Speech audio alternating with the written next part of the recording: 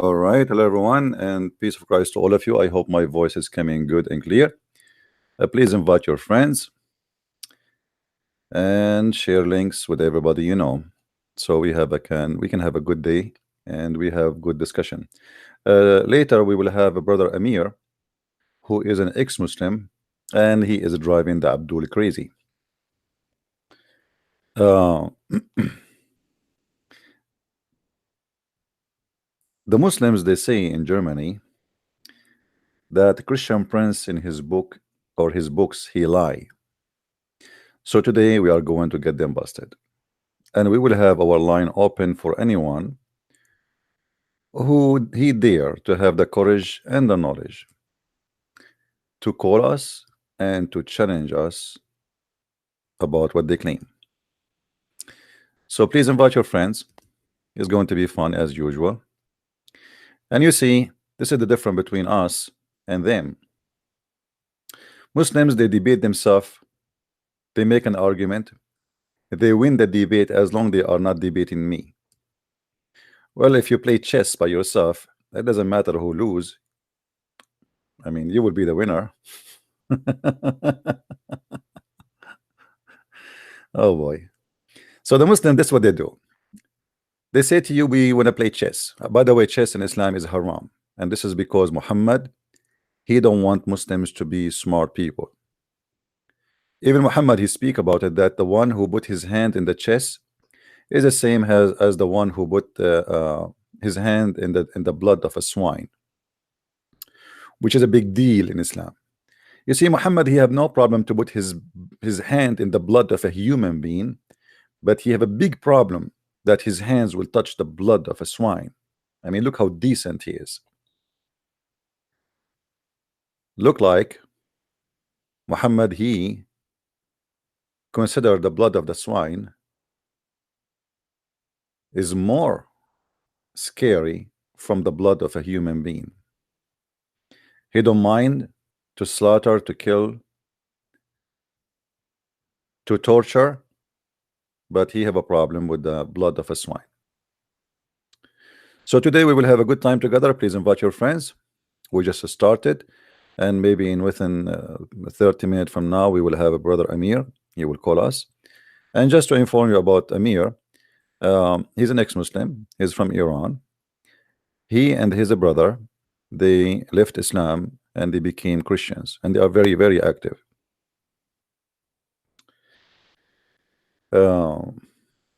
I went to Germany this year and I met with Amir, and we did actually live broadcast from his place, and maybe many of you saw the broadcast already. The Muslims, they always try to use an opportunity. There's someone supposedly he knew Amir and he converted to Islam. And why he converted to Islam? His wife, she converted to Islam because she was angry from him. And then after that, because he is a potato, she made him convert to Islam a week after. And now the Muslims, they are trying to use this one for their propaganda. However, it doesn't work this way, my friend. And you will see that even this potato, he will leave Islam himself very soon. There's many people, they are, let us say, they seek revenge from people around them, and they do things just for the sake of revenge. But that will not work. Actually, most of those who convert to Islam, they don't stay there for maximum 3 years. There's a conference in Chicago. They were trying to find a solution why people leave Islam in the max of 3 years. Rarely you will find someone leave Islam after 3 years. Usually before the 3 years ended, they leave. And the reason for that, after you convert to Islam, you start learning, and then you start capturing some Arabic words, and then you start getting like deeper into the cult. And the more deep you get in, the more you notice that this is a very stupid, false, disgusting cult. So they leave. Some of them, it take them really long. Like, a guy, his name convert to Islam. He called himself a brother Ishmael. Anyone remember the name? The redhead guy. This guy, he was promoting Islam for 16 years. 16 years making videos almost every day, trying to convert people to Islam. Let me see if I can find you um, just to refresh the memory of some.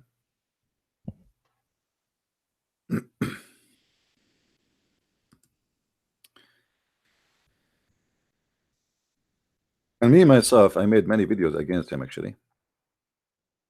Many. Just to get him busted. You know what I mean? And then one day, this guy suddenly, he decide that Islam is a big fat lie. Here we go. This is the guy. Let me put him in the screen for you. 16 years promoting lies about Islam. I believe he was a victim. And then, after 16 years, what happened? It was very troubling. This is a video for him, an old video, when he was a kid. Why I converted to Islam. Why I converted to Islam. And this is a video of him 16 years after why I left Islam.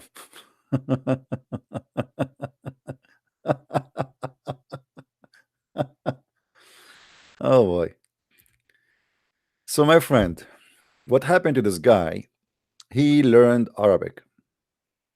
He learned Arabic. And this was a big mistake. You should not teach him Arabic.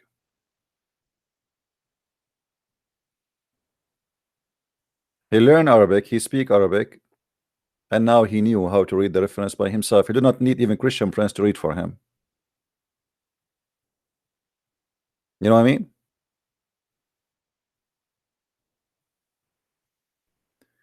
Debate this guy Ramazan is a kid. He don't. Okay, listen. Those kids from Germany who keep saying Christian Prince is a liar, Christian Prince is a liar. Christian Prince is online, but they don't dare to call him. What do you think? Let this potato Ramazan, who do not know how to say his prophet name correctly, give me his Skype. I will call him voluntarily. What do you think? As long they can get me busted, as long Christian Prince is a liar, why they want to call me? I mean, let everybody hear. Do you notice who is the liar? Because if a Christian Prince is a liar, they will be fighting over to say, hey, you said this. It doesn't say that. Hey, you're lying. But they make videos, and the Muslim, by the way, it doesn't matter what you say. The Muslims, they agree with you. Because it's a duty for a Muslim to support you even if you are lying about Islam. The same as what happened with Muhammad Hijab and David Wood. Muhammad Hijab, to answer David Wood, he said to him, Allah, he said, Allah, he pray for who? Muhammad Hijab, he said, Allah, he don't pray to, he pray for, which is exactly what David Wood said. And all the Muslims like, wow, hey, yeah, like this guy, he just said the same. He just agreed with David Wood, you idiot.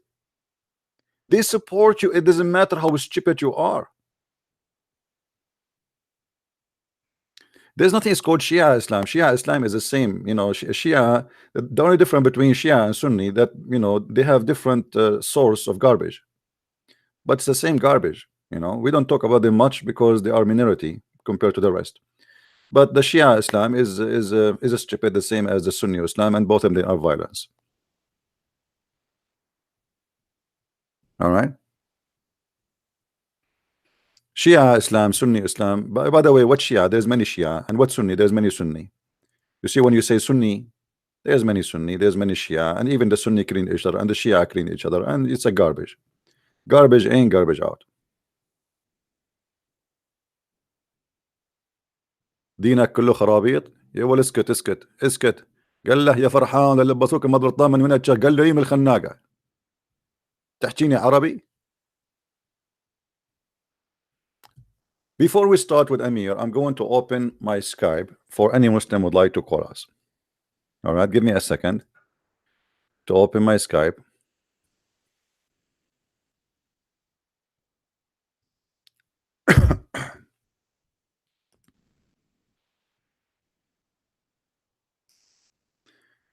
All right, Skype is opening.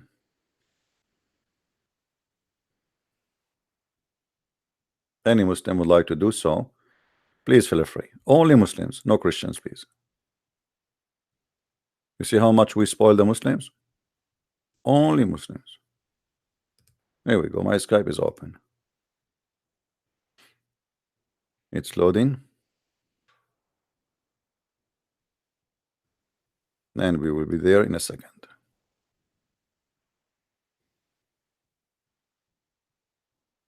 All right. Skype is open in case any Muslim would like to call.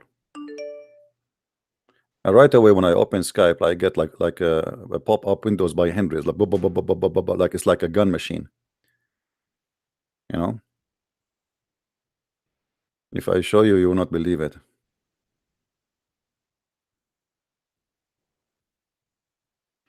Why you don't answer?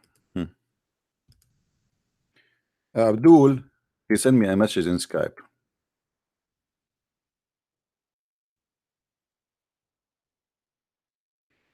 I don't know if he's online or not. Let us see. Assalamu alaikum. I am a Muslim from Indonesia. I will show you the message. I am 16 years old. What do you want to ask? I thought this guy is immature. It turned to be a kid. I've been watching your stupid video on YouTube. You make statement that Muslims do not know why Jesus returned. Can I teach you? Because in my opinion, you are an adult who pretended to know about what we believe, but in the fact you only make your own conclusion and make stupid people make you like a stupidest people. Okay, what is the answer about why Jesus will come back? Continue. How could a man has become a dumbest person I have ever known? Even my 5 years old sister. What do you mean your 5 year sister? Are you saying she is a child? Aisha, she was 6 years old and she was in the lap of the Prophet as a wife. Shame on you. Know why Jesus would return. And she was also very clever in mathematics because she could calculate 1 plus 1 plus 1 equal to 3. And not 1 plus 1 plus 1 equal to 1.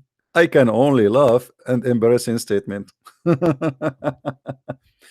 You see, I like the idea of somebody laughing at the Quran because you just laughed at the Quran.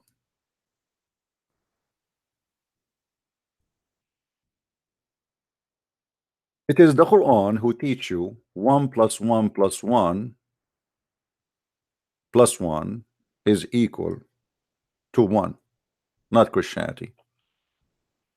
Where in the Bible we have 1 plus 1 plus 1? What does that mean? Let us get the Abdul busted. If we go in the Quran, we will find the following. And we look like we have to explain this maybe every day, but it's okay.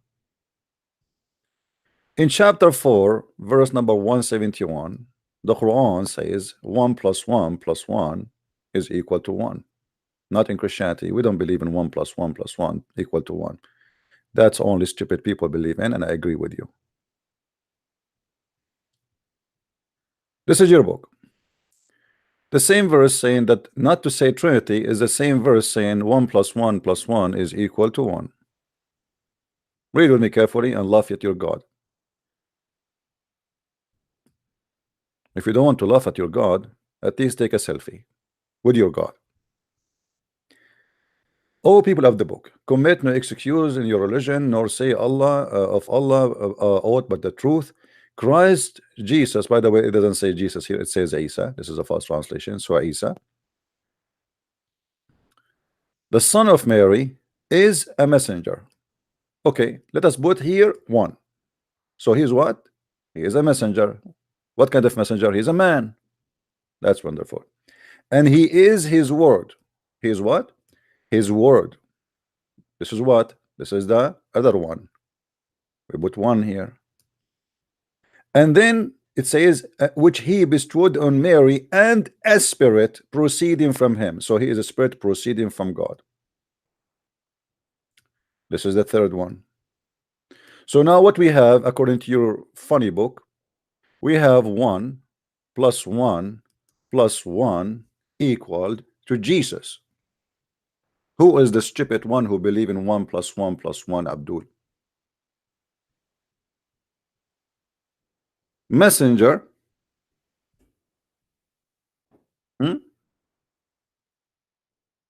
Plus, there's no screen. Oh, sorry, it's my fault. Unbelievable, man. I need an assistant here. Who wanna volunteer?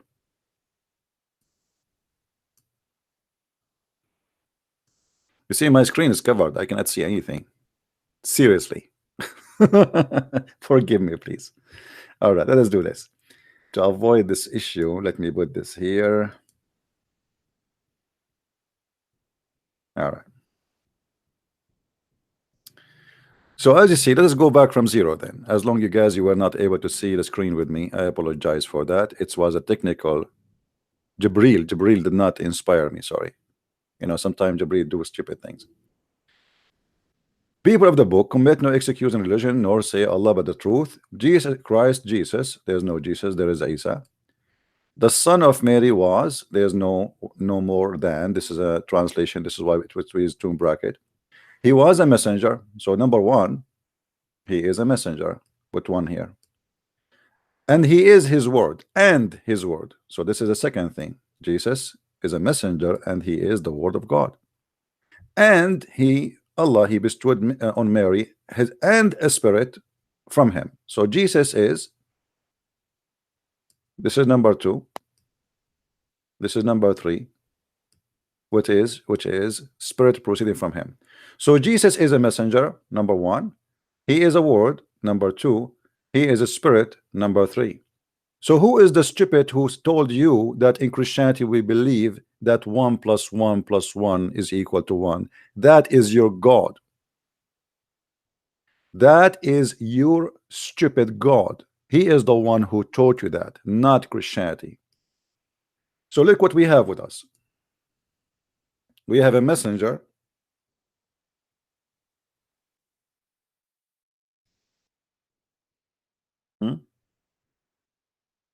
Plus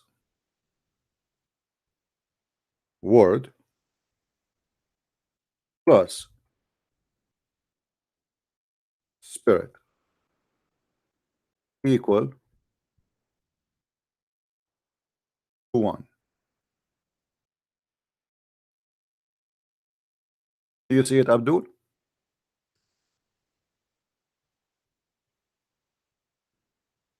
That is in your book.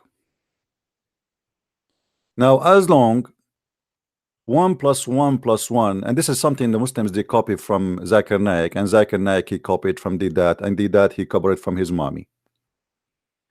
Can we find one smart Abdul? Instead of scratching his ass, he scratch his brain. I mean, why Christian Prince he need to school you and he need to spank you? Who is the Muslim now when I explain to us why the Trinity exists in the same verse saying say no Trinity? Did your God Allah made a stupid mistake? Do we have any Abdul? Mayday, Mayday. Allah is very bad in mathematics. Mayday, Mayday. Allah is very stupid in mathematics. Mayday, Mayday. Allah he just said that messenger plus word plus spirit is equal to Jesus. Equal to 1. I thought that this is a very wrong mathematics. Look like you Muslims, you are hitting the bum of the bum of your God. Nader Ahmad is just a kid, man. Nader Ahmad. I feel sorry for him. This guy, he should see a clinic. Any Muslim want to explain to us why you Muslims keep saying that it is wrong to say 1 plus 1 plus 1? Yeah, call me if you are a Muslim, please. If you are a Muslim, don't hesitate to call. All right? If you are a Muslim, call me.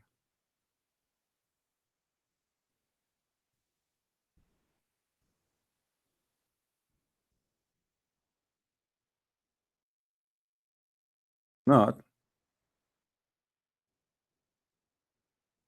Don't.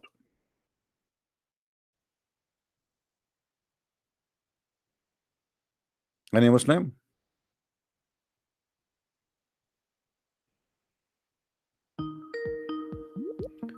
No, no. I take calls from Muslims only. Don't tell me I am Hebrew. There's nothing is called Hebrew. What Hebrew? What does that mean? Hebrew Israelite from those African who they think they are Hebrew. If you are an African who think you are a Hebrew, well, go and take some education too. You need help. This is a racist group, have nothing to do with God. The same as the Muslim, they created a cult. It's called Louis Farrakhan. Do we have any Muslim here?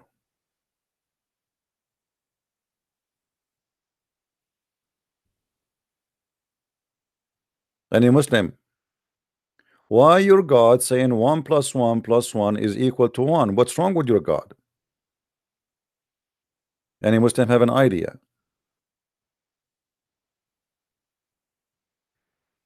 My friend, even if you are not from those mad who think they are Hebrew, I don't care. Now we take call only from Muslims. Please, don't waste my time. Don't text me. You was in all three religion. That's mean you have an issue, my friend. A person he changed religion as changing shoes. It's mean he need to see a doctor.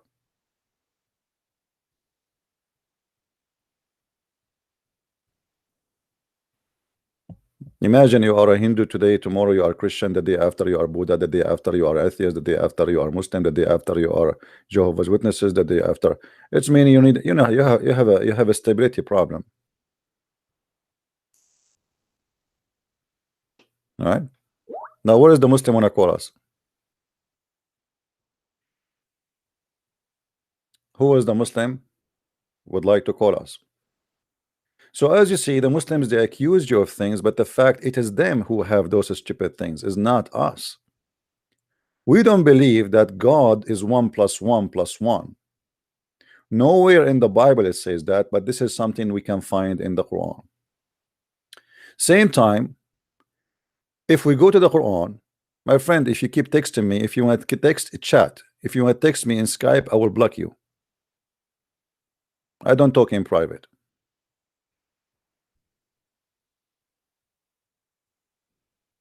Don't text me. Skype is only for people to call me. I don't open Skype to chat. If we go in the Quran, additional to this, we will find that Allah himself, who do not know himself, he cannot recognize himself without a three.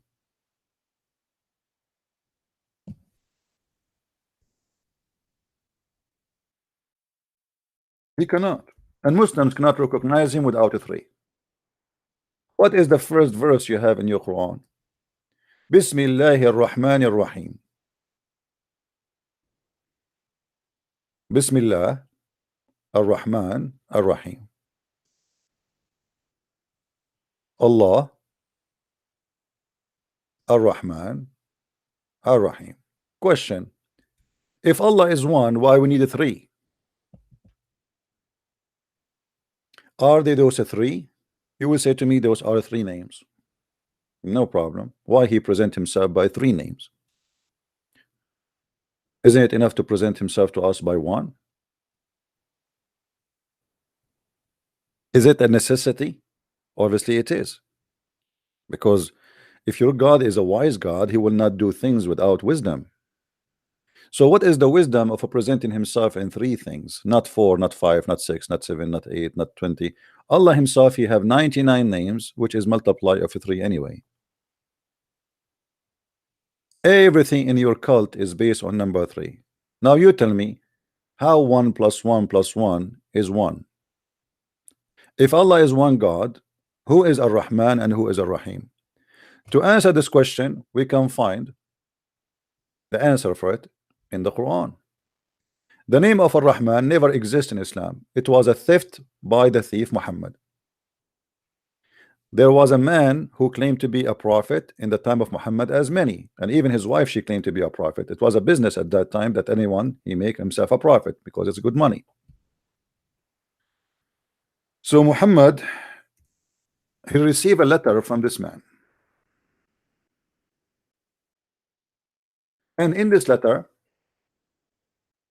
this guy, he says, in the name of Ar-Rahman, in the name of Ar-Rahman. Okay.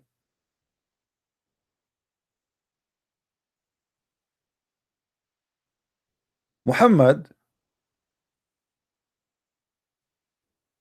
he claimed that all the names, the good names, belong to Allah, and this can be found in chapter 12, verse number 40. But the story we are talking about is in chapter 17, verse number 110. The people, they ask him, why you are calling your God Ar-Rahman? Your God is not Ar-Rahman. You never called him Ar-Rahman. Since when? Muhammad, since when your God became Mr. Rahman? Muhammad always speak about his God, but he never ever he mentioned the word Rahman before. So Muhammad, to answer them about that, he said, look, Allah told me the following. Say, call upon Allah or call upon Rahman, whatever name you call upon him, all the names, all the good names belong to Allah.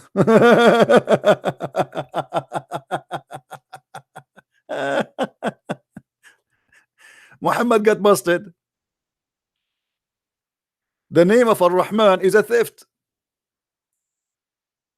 He stole it from someone else. His name is Rahmanul Yamama, and we can show you that in the book of Tafsir. I challenge any Muslim to call me and to say, I challenge you, I challenge you, I challenge you to show me the proof. Who is a Muslim wanna call me and will say to me, I challenge you to show me the proof and the reverence? Zakir Naik, maybe?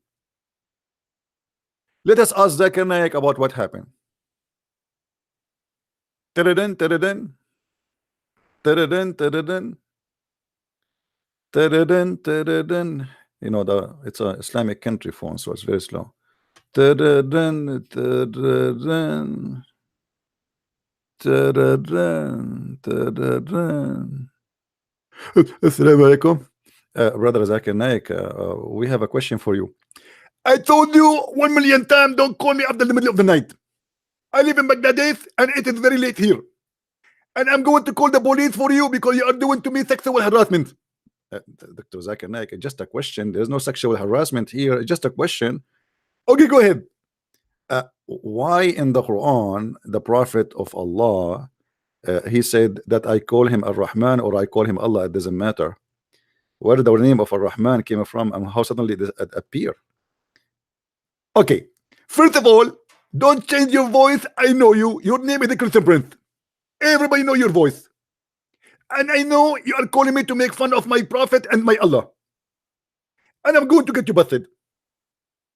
As an example, if you have somebody you like and you don't like his name and you give him a new name, what's the problem?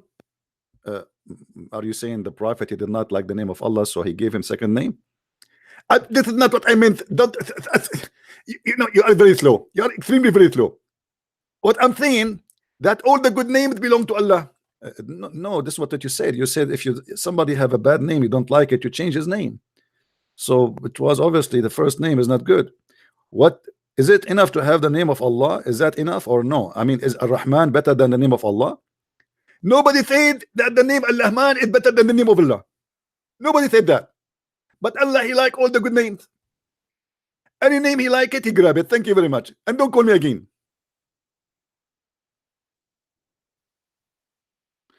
Aren't you convinced? What's wrong with the name of Allah? Muhammad, he liked the other name. He starts suddenly calling the guy, calling his God Ar-Rahman. Even the Arab, they say to him, who is Ar-Rahman? Who is Ar-Rahman?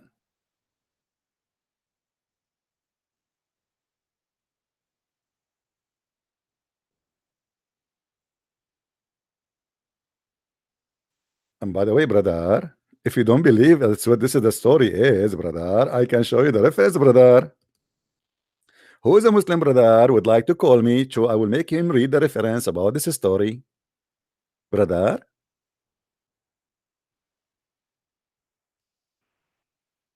Hmm? Ar-Rahman, the best names belong to all the good names belong to Allah. What about Susu?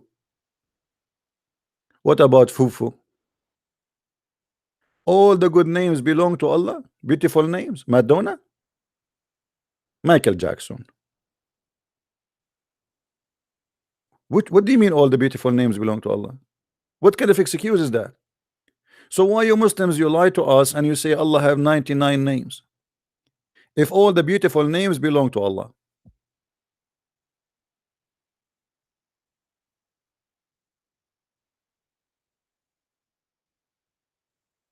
Amir will be with us in a few, maybe 15-20 minutes. He is in the gym. He is doing sport with Ar-Rahman. Ar-Rahman, which is Allah. Any Abdul?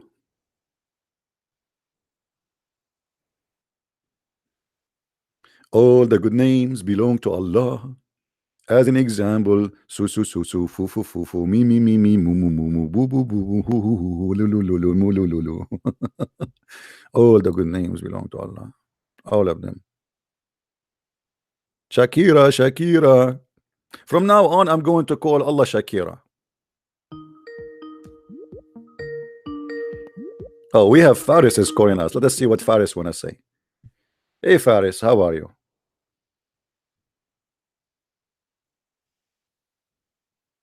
Faris, are you there?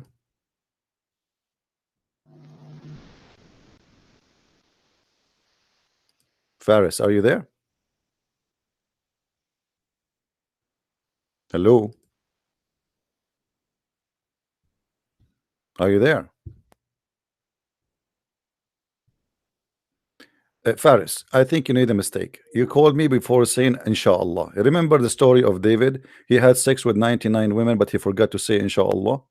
Don't do that. And then Allah, he made only a woman of his women get pregnant with half a human. Call me again. Legendary Faris. I will call you. I will call you.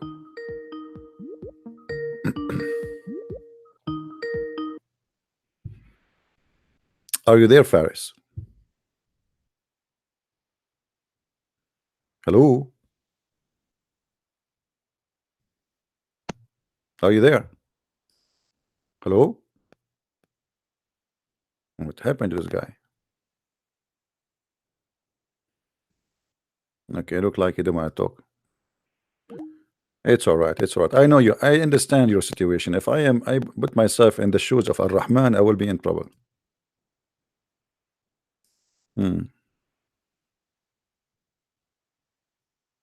Do we have any Muslim?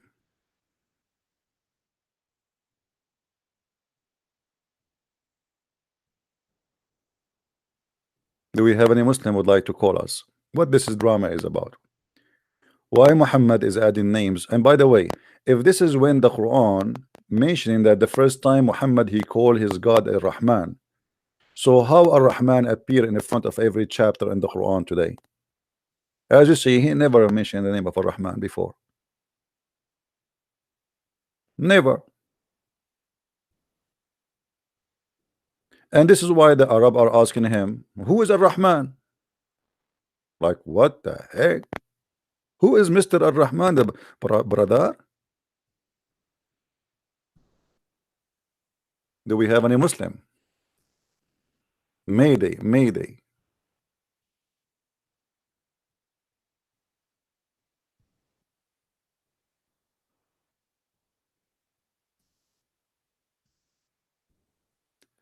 Any Muslim want to say something? Any Muslim would like to defend the Prophet of Allah?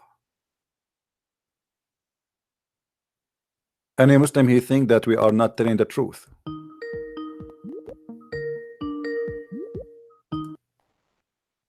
Hello? Hello. Hey, brother Amir, how are you? Hello. Hello. How is the gym? It was fine. I want you to do something to your gym. I want you to change the name of your gym and call it Ar-Rahman. Jim Ar-Rahman? Yeah, because when Muhammad he stole the name of Ar-Rahman, the people, the Arab, they ask him, who is Ar-Rahman? The Rahman we know is a guy who claimed to be a prophet of Allah, or prophet, sorry, and he called himself Ar-Rahman and his God is Rahman. So Muhammad, he said to them, all the good names belong to Allah, and whatever I call him Rahman, I call him potato, it doesn't matter. Okay. Yeah. He gave himself the names of Allah, huh? He make himself God, huh? No, actually, no, he's stealing the name. The name, this is the name of a guy. Yeah, the other guy, He his name said is that? Rahman. Yes, the other guy, his name is Rahman. And he called his God Ar-Rahman. So they said to him, the Okay. only one we know is Rahmanul Yamama, the guy from Yamama. And he is the one who claimed to be a prophet, and he called himself Rahman, and his God is Ar-Rahman. So why you are calling your God Rahman now? So Muhammad, to answer them, he answered in chapter 17, verse number 110. He said, all the good names belong to Allah. So whatever I call upon him, it doesn't matter. This is brother Amir, by the way. I will put you on the screen so people they can see you in video. Yeah, okay, no problem. You see, this is the reason I don't show myself in camera, because I'm not handsome like Amir. That's what we can do. No, don't say something. You look great, brother. All right, my friend. So but I tell the truth, you look like the biggest terrorist I ever seen in my I life. know I'm scary. Sometime I look at the mirror, I get scared myself. That's why I don't have mirror at home. Like the biggest terrorist in the world. I used to go in the elevator, like in many countries. I go in the elevator, I say good morning, nobody answer. Nobody answer. You know, I don't know why. I mean, you blow yourself up, huh? no, they get scared. Like, you know, they put their head around it. You know, that's what you can do. I mean, it's not my fault. Anyway, so I heard that some people, they are saying that did you try started the broadcast in Facebook? No, Facebook blocked me. Oh, Facebook is under the hands of the Muslims. Yes, you know that. They blocked me from 2 accounts.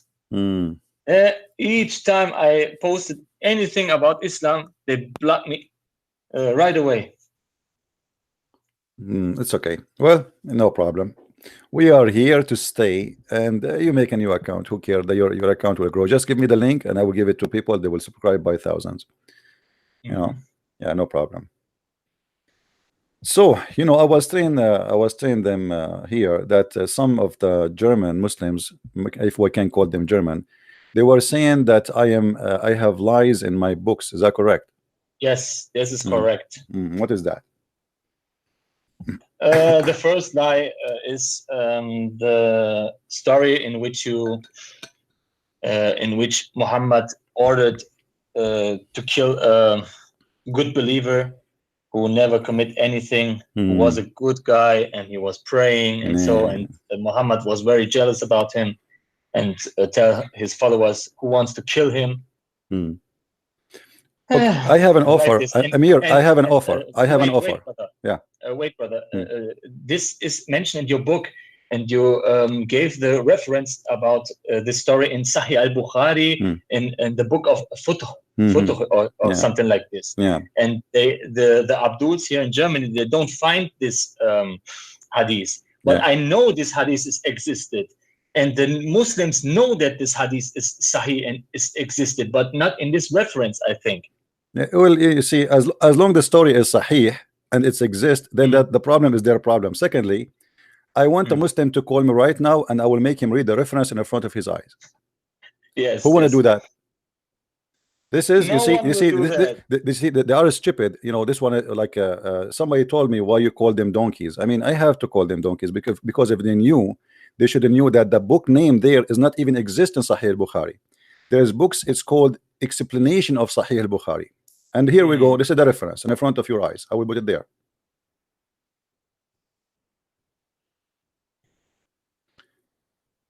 I know you know a little bit of Arabic letters, right?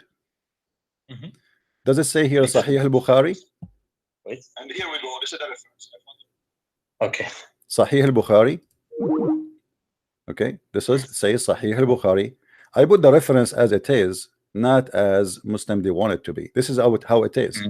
So this is Sahih al-Bukhari. And then if we go, and this is the book name, the original. Maybe we should explain more in the title. This is here the book of Fath al-Bari fi Sharh Sahih al-Bukhari. But the book, what the book is about Sahih al-Bukhari. الكتب صحيح البخاري, and this is Okay. here the chapter name استتابة المرتدين والمعاندين وقتالهم. Okay. The repentance of those who they are apostate and those who they reject and killing them. If we go here in the same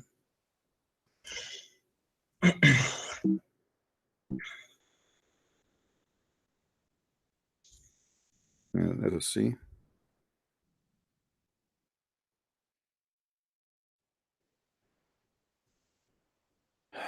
Read with me here, any Muslim who will speak Arabic.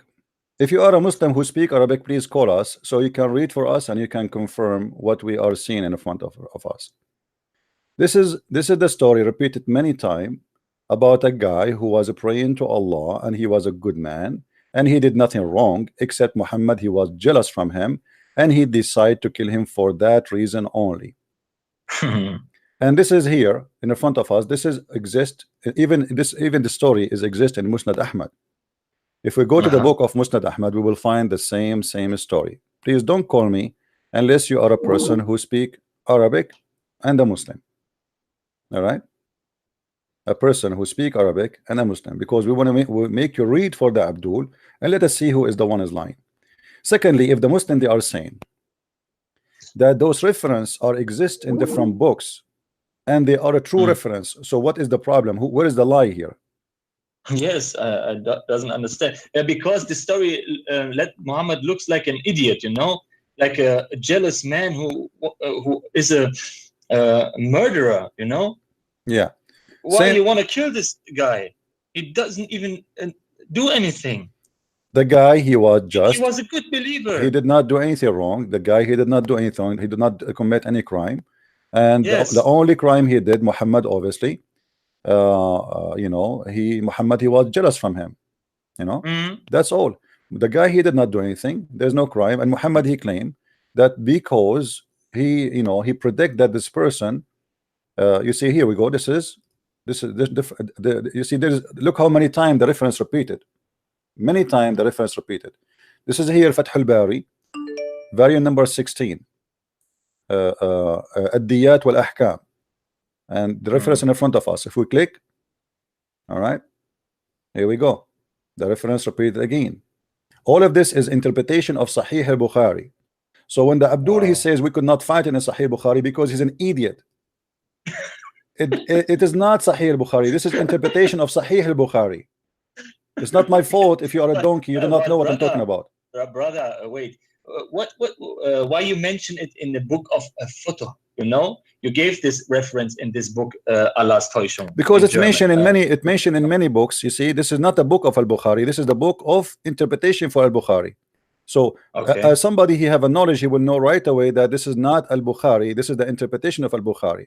But if somebody don't have a knowledge, he will think that this is okay. He's saying Al-Bukhari because anyone he can get, and he will find that this book even does not exist in Al-Bukhari. Okay. And the whole book does not exist in Al-Bukhari. so this is stupid of them. So when we mention, here we go, the story in the front of us, and you know look how silly the Muslims are. They are trying to avoid that the problem is there, that their prophet is killing a man because he's jealous. And now the problem is the reference is wrong. You know what I mean? It's like we have a rapist, he raped 1,000 women. And now Christian Prince, he made the address wrong. This is the problem now. It's not the guy who raped 1,000 women. They are saying the address is wrong, but even that is not wrong. It's correct. Yes, the story is correct, but it's written in another narration. This is how it is. You see, in the front of you, here we go. This is the website of the Muslims. What they do here, look what they do. It says here, Sahih al-Bukhari. I'm not making things up. Sahih al-Bukhari. Do you see it, Abdul? Al-Kutub, Sahih al-Bukhari. Let me highlight for you. I know you are slow. And by the way, I heard that this guy he is upset because I called them donkeys. I am not the one who called them donkeys. Muhammad he did. Let me show you. If we go to the book of Hadith, we will find the following. And I challenge the Muslim to say again that he is giving wrong reference. Yes. Let us see. Guys, don't call me now in Skype, please. Let me, you know what? Unless you are a Muslim. Are you a Muslim? Text me first before you call me. Before you call me, text me and say I'm a Muslim. You see, we are not the Is same there as any Muslim in Germany who want to call here? yeah, feel free, especially if you speak Arabic. I love it. Should I say it in German when someone here Yeah, you can is say here? it if I you try want, to no problem. But translate I it think as good as I all the can. German they speak English anyway. Look what your prophet said about the Muslims. Muhammad SAW said, "Does anyone who raise his head, SWSA. does anyone who raise his head before the Imam not fear that Allah may turn his head into a head of a donkey?" Mhm. And name for me one Muslim he never raised his head before the Imam during his lifetime. It's impossible. Which means, based in Muhammad, every Muslim must be having a face of a donkey and a head of a donkey. Face of a donkey. So why are you getting upset if your prophet is trying to? I mean, look how stupid this statement is. Muhammad is trying to scare them to make them pray, and they don't lift their head up before he finish. And by fabricating a stupid story that Allah will make your face of a donkey and a head of a donkey. Now, who is a Muslim want to call and say we are lying?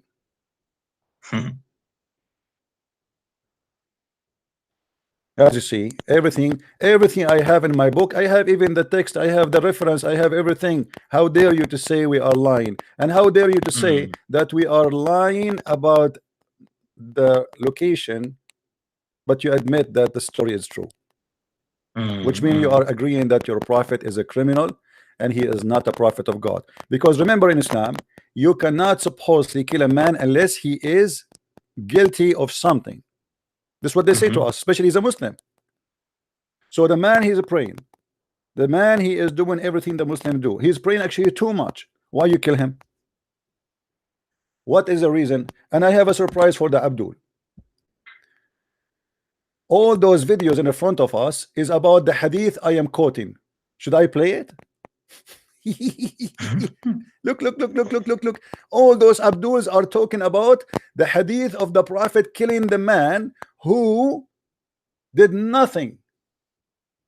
This is the TV station of Iqra. TV station of Iqra, which is a very Islamic station, broadcast, I think, from Saudi Arabia, sponsored by Saudi Arabia. And here we go. This is the hadith in the front of us. And the guy, he explained how the Prophet ordered the killing of this man, who he said exactly as I said. Look at the title for those who speak Arabic. Hadithu sa'fatun min ash-shaytan. If you remember, in my book it says that this person, he have a face in his face, the look of shaitan. Yeah, the look of shaitan. This is the hadith name, and this is the scholar. This is your potato, not my potato. Huh? And this is the Muslim website, Muslim AFHQ book. This is the website. I'm going to post even the link in the chat in my video in YouTube, so anyone can click on it and he can watch it and he can laugh. So this story is absolutely true. Otherwise, why a Muslim in Saudi TV broadcasting to all around the earth is quoting the story if it is false? And he is quoting it from the book which I mentioned in my book. So now, where is the Muslims who want to say to us we are lying? I wish I can play for you the video, but I'm afraid they will say copyright. The story start from the minute 50, I think 50 in this video, and you will see the guy, he is explaining why the Prophet, he killed this man, why he killed him. But the guy, he did nothing. He's just praying too much. Muhammad here claiming by ordering the killing of this man that he is God, because how you know that this guy is a bad person? And since when you kill somebody before he commit a crime? He is a Muslim, he's praying to Allah, he's worshiping Allah, he said the Shahada, he do everything the Muslims do. Since when you can kill a Muslim without committing a crime according to Islam? But because if you read the story, Muhammad, he was jealous that this guy, the Muslims are praising him. They were saying he's amazing, he's so good. So what he do? Muhammad, he felt insecure, so he decided to kill the man. This is the same story. This is the book of Sahih Fathul Bari. Fathul Bari fi Sharh Sahih al-Bukhari. This is the explanation. This is the explanation. This is the same. It's the same. It's an explanation anyway, But the story, yeah. But the story is there. The guy, he was just praying, and the Muslims before Muhammad he came, they were saying he's amazing man. Let us tell you about this man who is who prays so much, who worship Allah too much. And look what Muhammad he did. He ordered Abu Bakr, he ordered Umar, he ordered them one after one to go and kill him. But why? Read the story. I challenge any Muslim. Because Muhammad was jealous about him. I want a Muslim, obviously I want a Muslim, if he is a person believe Muhammad is a prophet, to tell us why this guy was killed, what he did exactly.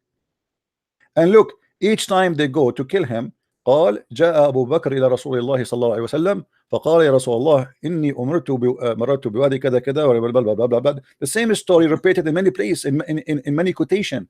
So they are killing a person who is doing nothing but praying.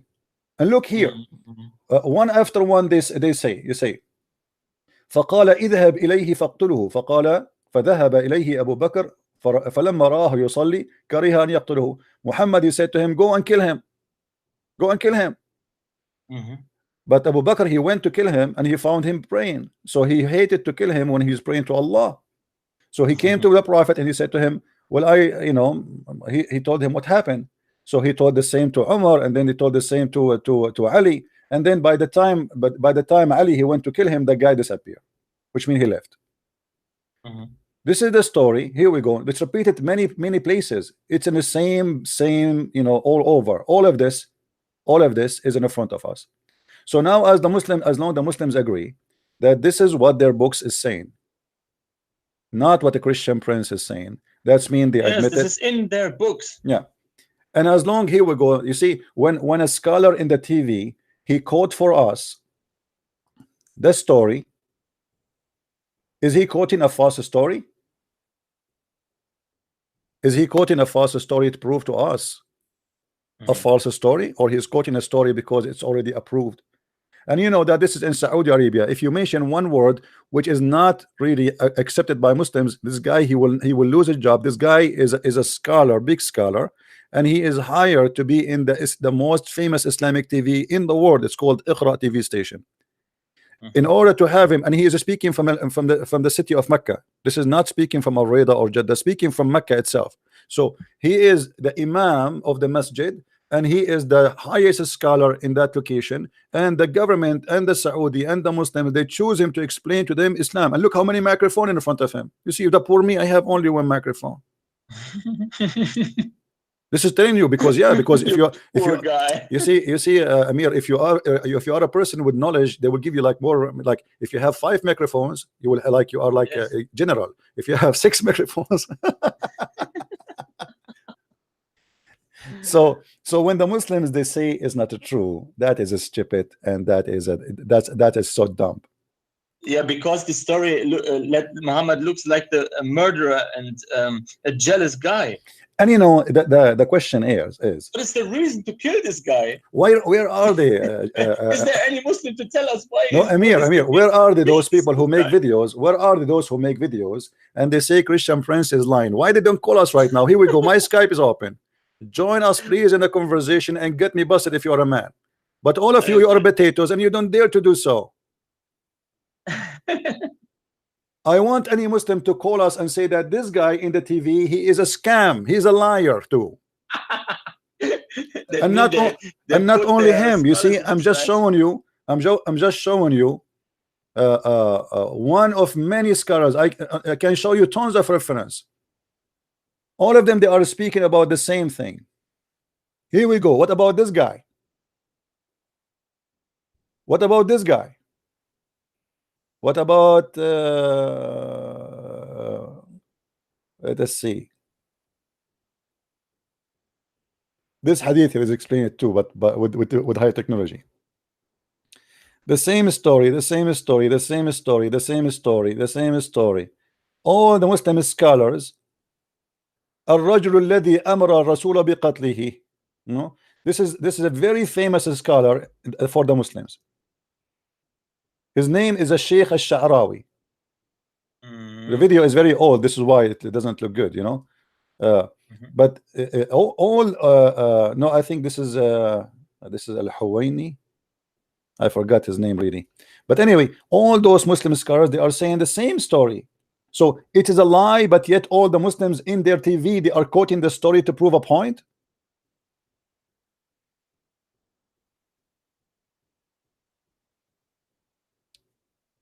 Who is a Muslim want to call us?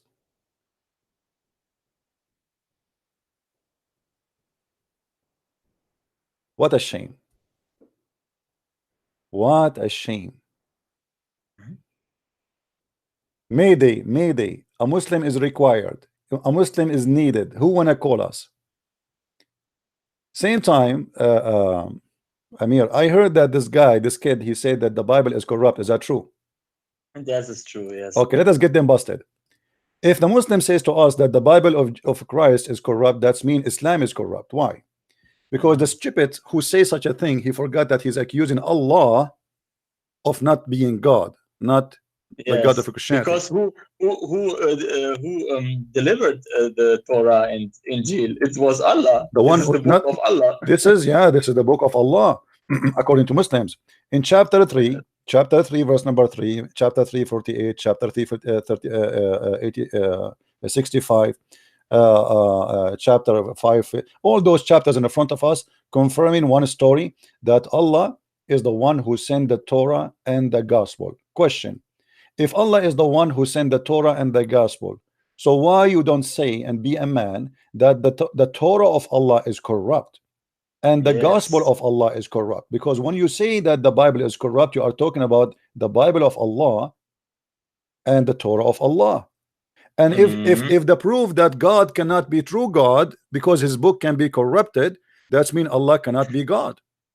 Amen. Because how he is, this God must be stupid anyway. Here we go. I have books. I challenge you. And he can protect his books. Yeah, I challenge you to correct my book. I'm not a God. I'm not a prophet. I am no one. I challenge you to correct my book.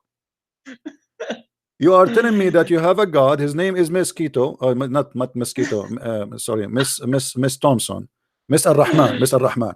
So Mr. Rahman. Miss Ar-Rahman. So this God who is high, very high, but the Muslim do not know how high he is and where he is and what he is. All what they know that they have a name. His name is Allah, and sometimes he called himself Ar-Rahman, sometimes he called himself Al-Muntaqim, sometimes he called him, even Allah, he called himself a believer. Have you ever heard of a God he believe?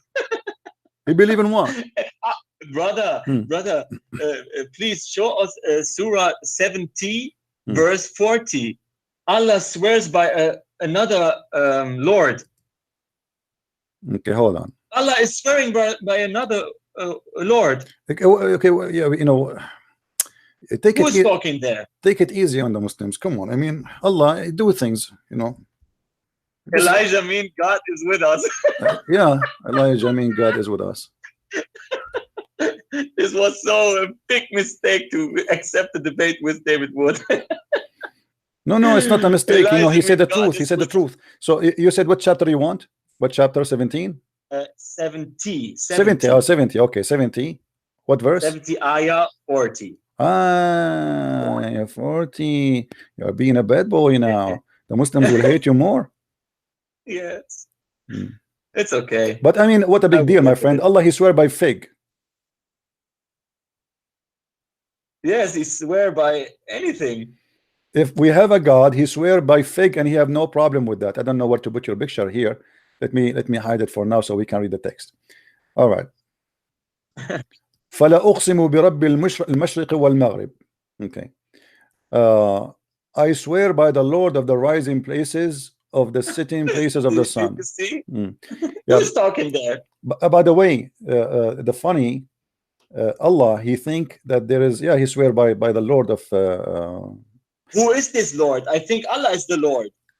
No, this Are is. the Muslims stupid or what? No, you see what happened after Obama, he left the office. Trump, he hired a different guy to be the Lord of the East and another one to be the Lord of the West, and he put them in United Nations. And Allah now he swear by them.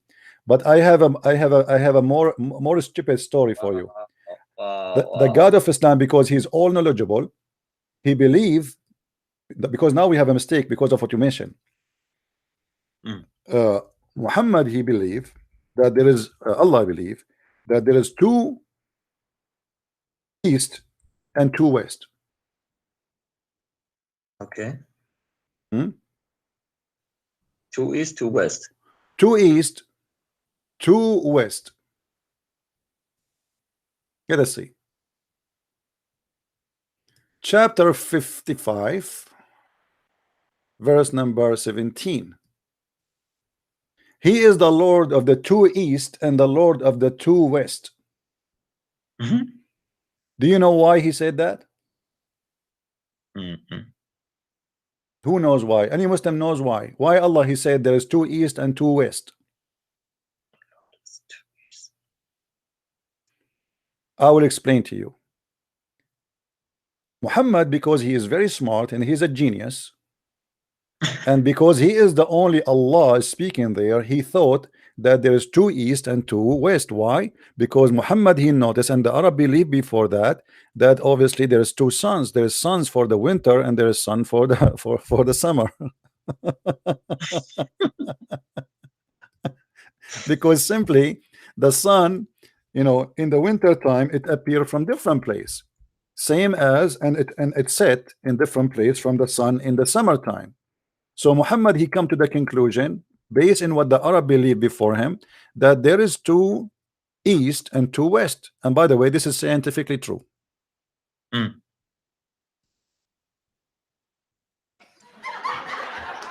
Like what Muhammad said, that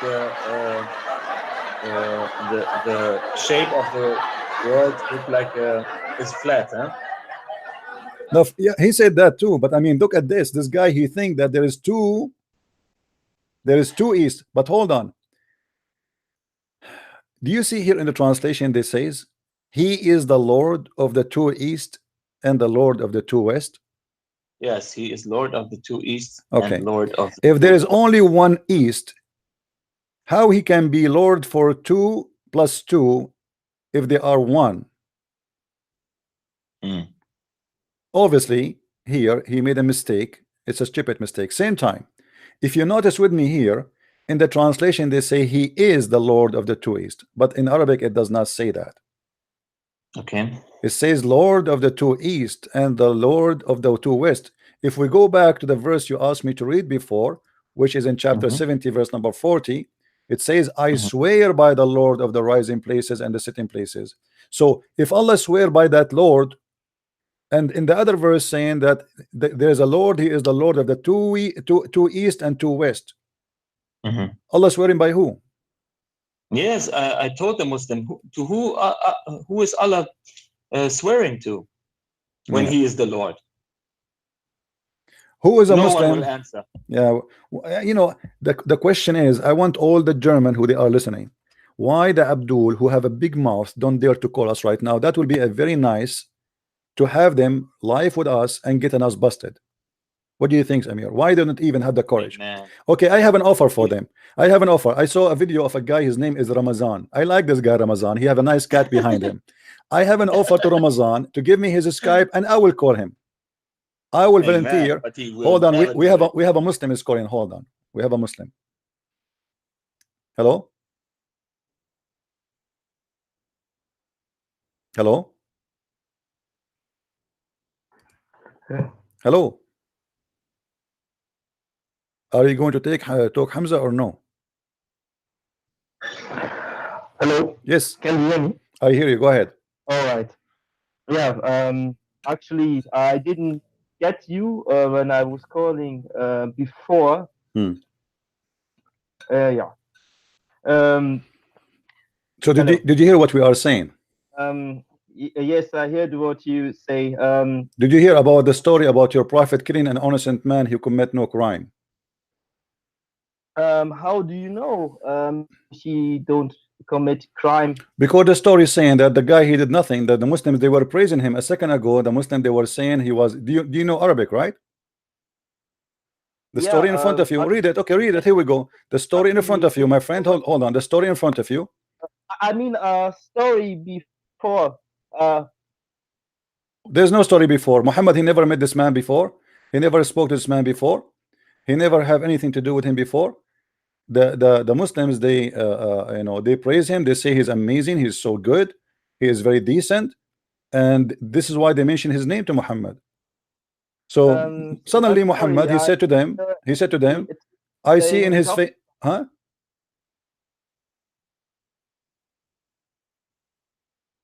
I hear you, go ahead. Okay. So why he killed him? The guy, he was just praying too much. The Muslim, they praise him, they say he's amazing, he's so good, you know, and he did not do anything wrong. Yeah. And then Muhammad, he says, well, this guy, go and kill him.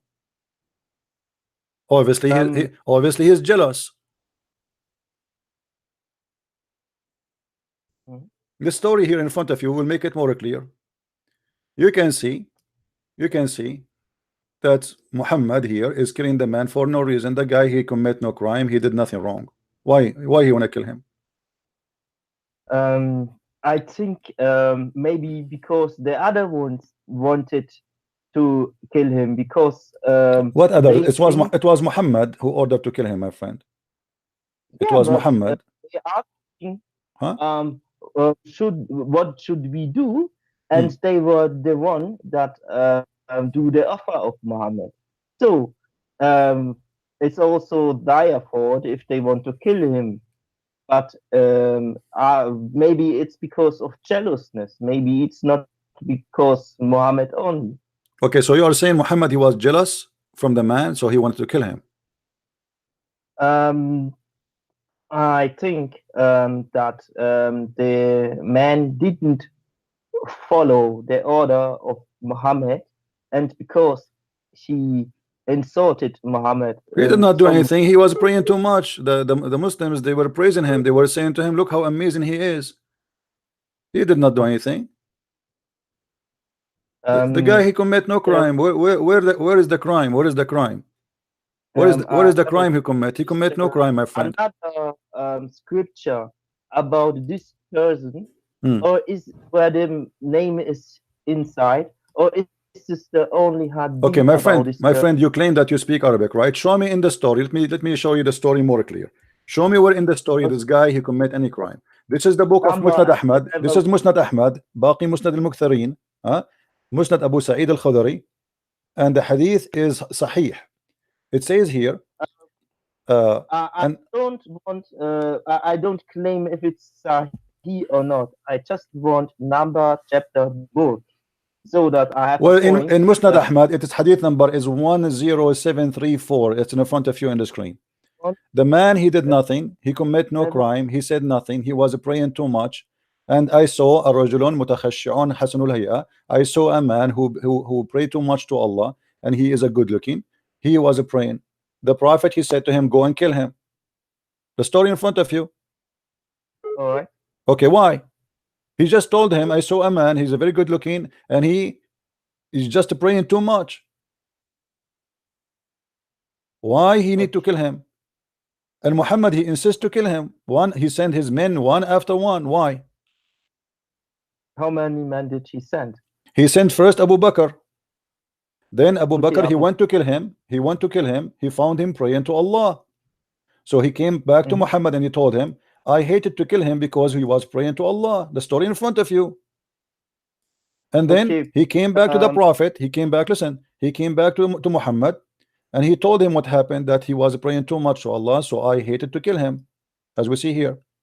And then the Prophet, he said to Omar, go and kill him. And Omar, he I went, hold on, and Prophet. Omar, he went and he found him still praying to Allah, and he is very, very decent man praying to Allah. Same as Abu Bakr, he saw him. So he hated to kill him. Then he came back. Then he said, he said to Muhammad, oh, Messenger of Allah, I saw him praying deeply and very much. So I hated to kill him. The guy obviously is a very good man. He's doing nothing praying to Allah. And then he said, Muhammad, he said, اقتله قال يا علي. So he said to Ali, hey Ali, you kill him. Ali, he went to kill him, and when he came back, he says that he did not find him. So what is the reason to kill him? Mm. So they had an order to kill him, but they cannot find him. No, they found him Or first time. They found him first time, and second time and third time, as you see here, he sent Abu Bakr, then he said Umar, and then he said Ali, according to this story here, this report. So each time they want to go to kill him, they found the man praying to Allah, which means this guy, he praying non-stop. So what is the crime he did? Why Muhammad want to kill him? Muhammad get jealous. Muhammad, he got jealous because this man, he pray a lot, he is a good man. The Muslim, they praise him, they say he's a wonderful man, and Muhammad, he got jealous, he wanted to kill him. As simple as that. So you are saying because Muhammad saw him praying, he killed him, or is it because somebody told him there is one? My friend, there is two stories. One of the stories, Muhammad, he spoke to him. One is the other story. It doesn't matter. The story is saying that the guy, he did nothing wrong, and Abu Bakr, he told him about him, and Muhammad said to Abu Bakr, go and kill him. And then Abu Bakr, he went to kill him. He found him praying very much. So he came back. He said, I could not kill him because he's praying to Allah. And he is a very decent man. He's mutakhashshan. This is how much he's praying. So then he said to Umar, go and kill him. Muhammad insists to kill him. Why? And then Umar, he went and he found him still praying again, as the same as the first person, Abu Bakr. Then he said to Ali, go and kill him. So Ali, he went to kill him. At this time, he did not find him. What is the reason? Yeah, I don't know what is the reason, but the next step I want to take now is after we see the hadith with the number 10,700. My friend, you know, this is okay. No, you are wasting my time. You are wasting my time. You are focusing now in the number. I told you the number. No, go. You see, I want the number. What number? I just give you the number. You know, I hang up on a brother Amir. Amir, call me back, please. Sorry, I hang up on you. I thought I can get him join us in the, because we are desperate for a Muslim. Give me the number. I gave you the number. It's right in front of you. I mean, what this committee is about. I want to focus on the number now. Isn't it the number in the screen? sorry, Amir. Hello? Who is that? A goat? We have a goat here.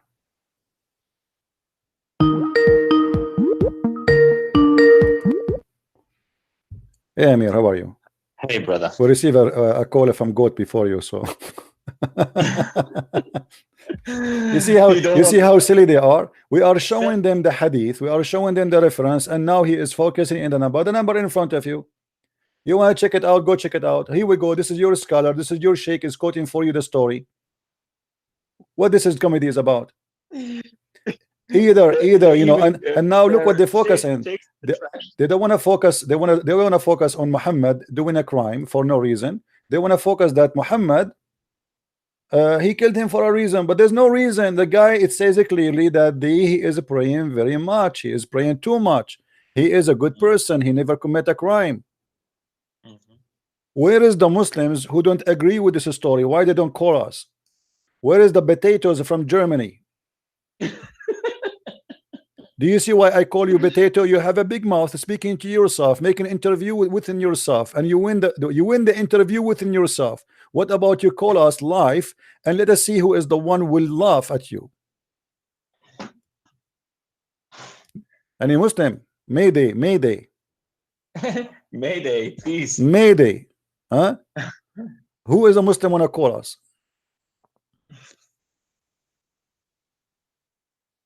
Brother, let us go to another topic. All right. Okay. The other claims that he made in this video was the satanic verses, in which you gave the reference of Ibn Kathir. Ibn Kathir, you gave it in your book and said Ibn Kathir proved that the story is right. But the Muslim says no. Ibn Kathir said that the story, the chain of narration is not trustworthy, and it is not going to the Prophet. So, yeah. When I say the Ibn Kathir, he proved the story, I am proving that Ibn Kathir, he admit that there is something happened, and this is what the Muslims were talking about, right? Now, why the Muslims, they will say such a thing about their Prophet if the story is false? Same time, let us say Ibn Kathir is saying the truth. That's mean the Quran is wrong. Because if we go in the Quran, look what the Quran says.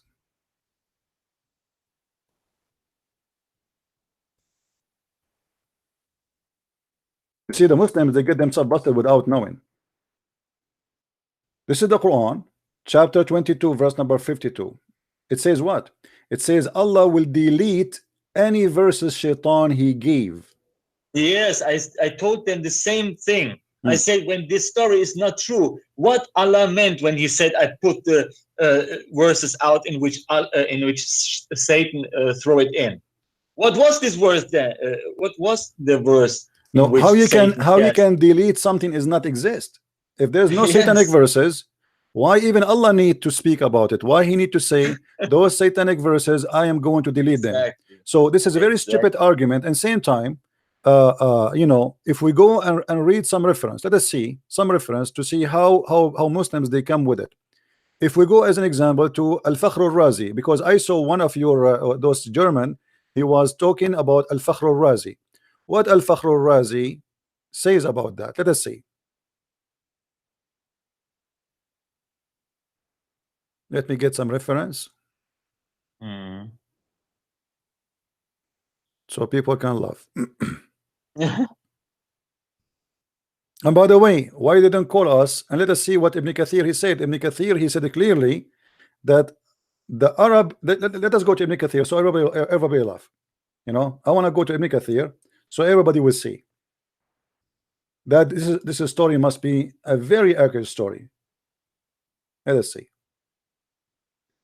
Ibn Kathir.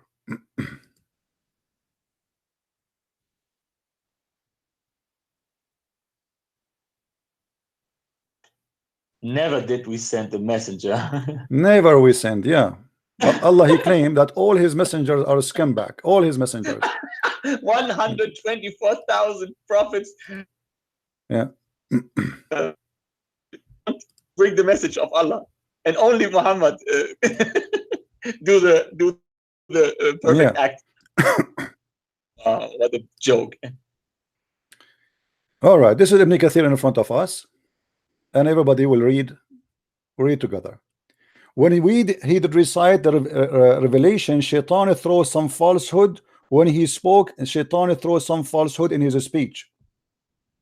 Is that Ibn Kathir saying that? Muslims, is that Ibn Kathir saying that Shaitan he throw falsehood in his speech, or Christian Prince? Wow. So Ibn Kathir is confirming. Ibn Kathir he have an argument about the rest of the details, but he is confirming the story that Shaitan he throw in his mouth satanic verses, and this is how you see it. When he did recite, when he spoke, Mujahid said, who is the one who said that? Mujahid, not a Christian Prince. Do you know Mujahid? Brother Mujahid is a brother of Zakir Naik. He said when he did recite, when he spoke, he said that is referred to his recitation verses by the trust upon amani means a spoke into those they don't write and blah blah blah blah blah. Okay. Alqa shaytanu fi umniyati. Shaitan throws some falsehood in it, in his recitation. Not only in talk, in recitation. Recitation only a word you use when you speak about Quran, when you recite Quran, not recite a song. So Shaitan he throw some falsehood in his recitation. This is Ibn Kathir. Do you see it, Muslims? Abdul. So why you are saying that it is not confirmed in Ibn Kathir? Let us continue. When he recite, Ibn Jarir said this comment more akin interpretation. فَيَنْسَخُ اللَّهُ مَا يَلْقِ الشَّيْطَانُ بِهِ. By but يَنْسَخُ Allah, which means Allah delete what shaitan throw in it, meaning the word of nasakh in Arabic, remove it or lift away. So Allah will do what? Allah will lift it away. So it's confirmed in Ibn Kathir. Ibn Kathir confirm, the scholars they confirm that this is exactly what happened as you see. Do we have any Muslim have a comment? Allah cancelled, but that which the shaitan threw in. Who is the one who said that? Ibn Jarir. We have a Muslim. Let us see if we can make him join us. Is it okay if I take him, Amir? Forgive me, please. Okay, bring yeah. Hello? Hello? Yes. Can you hear me? Yeah, I hear you. All right. I know that even Katia, that the Scala came out at the 13th century, where the sources of the Sunnis came from. So, and I think there are some aspects where manipulation of the resources in a political sense was there at the later times, because there are my so friend, many... this is okay. So now you want to say Ibn Kathir is a liar, no problem. But there's tons of scholars report the same story, and the Quran report the story. Are you saying the Quran is a fabricated book too? Of course, because there is... The Quran is fabricated for you. Your name is Saeed Hamza. You are a Muslim, and you are agreeing that the Quran is fabricated. It's only a minimized copy of the original Quran, because there is a tafsir that says Surah Al-Baqarah was bigger than it's now. And the thing is, why we have a hadith that says Surah Al-Baqarah has the same size as Surah 17, and it has even more verses. So that's only that's also a thing African Muslim told me, because in Timbuktu, the Marocains they attacked. Hold on, my Skype collapsed. Hold on, guys. Let me call him back. I don't know what happened. Maybe too many applications on. Give me a second. And sorry, Amir, I dropped you too. But what we can do, we have to take some Abdul. I could not join him in the conversation because he's not on my list. Okay, our Skype is turning on.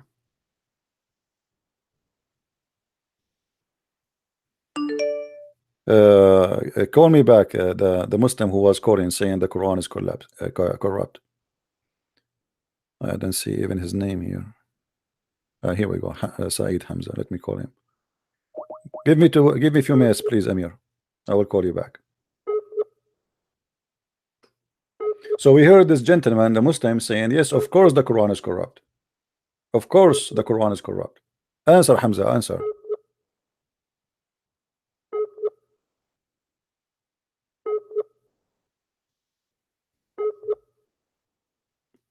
Well, it looked like he is not here. I will call you back.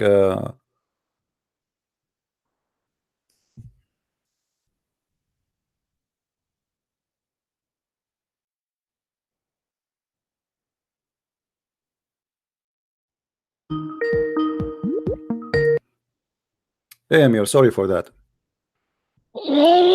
This is not Amir. This is a guy. His name is Mahdi, and he have a nice voice of a goat. Let me block you, Mahdi.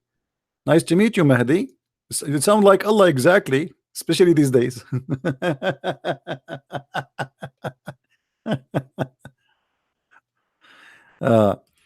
We have the legendary Faris is trying to call many times. Let us see what Faris want.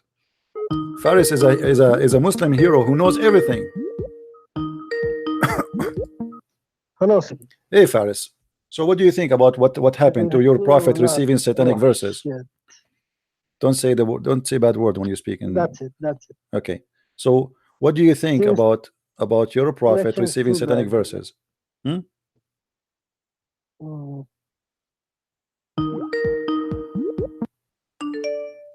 What's happening with those people?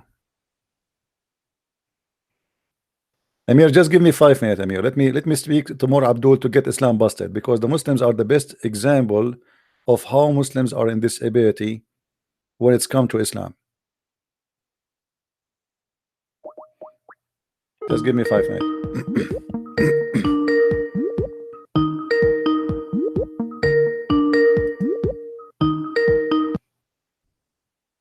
So Faris, are you there? Hello. All right. So what do you think about your prophet receiving satanic verses? There is something wrong. I want an answer, my friend. Hello? What do you think? Do you hear me? You don't hear me? Do you hear me or not? Or maybe my hold on, let's see. Maybe my audio switch. It's my fault. Okay, here we go. Yeah. Now it's going to work. Let me call you back, Faris. Looked like he was not able to hear me.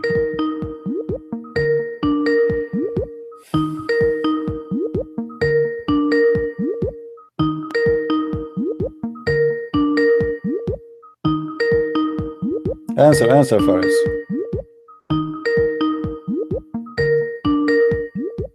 Come on.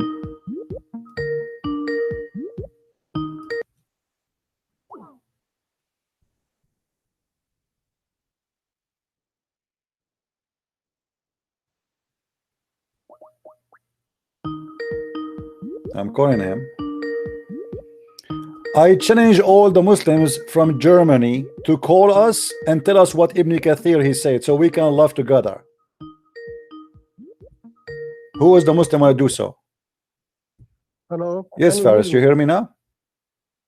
Yes, yes. Okay, Go good. ahead. So what do you think, Faris, about your prophet receiving satanic verses? What do you think about that? Oh, you mean Qasat al-Gharaniq, right? Yeah, what do you think about that?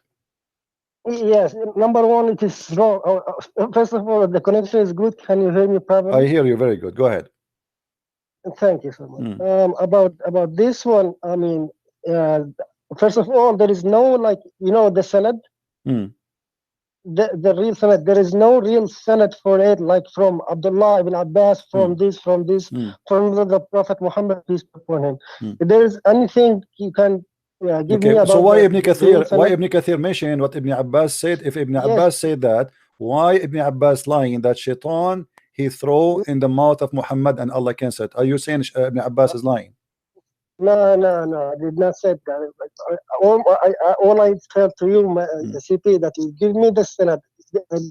My friend, you ask your Allah about the Sanad, my friend, wait. because this is Quran. You don't ask me for the Sanad. You see, I'm reading your book for Once you, you and then you finish- say to me, once give me you the finish, Sanad. give me Well, the I'm time. showing you the book in the screen.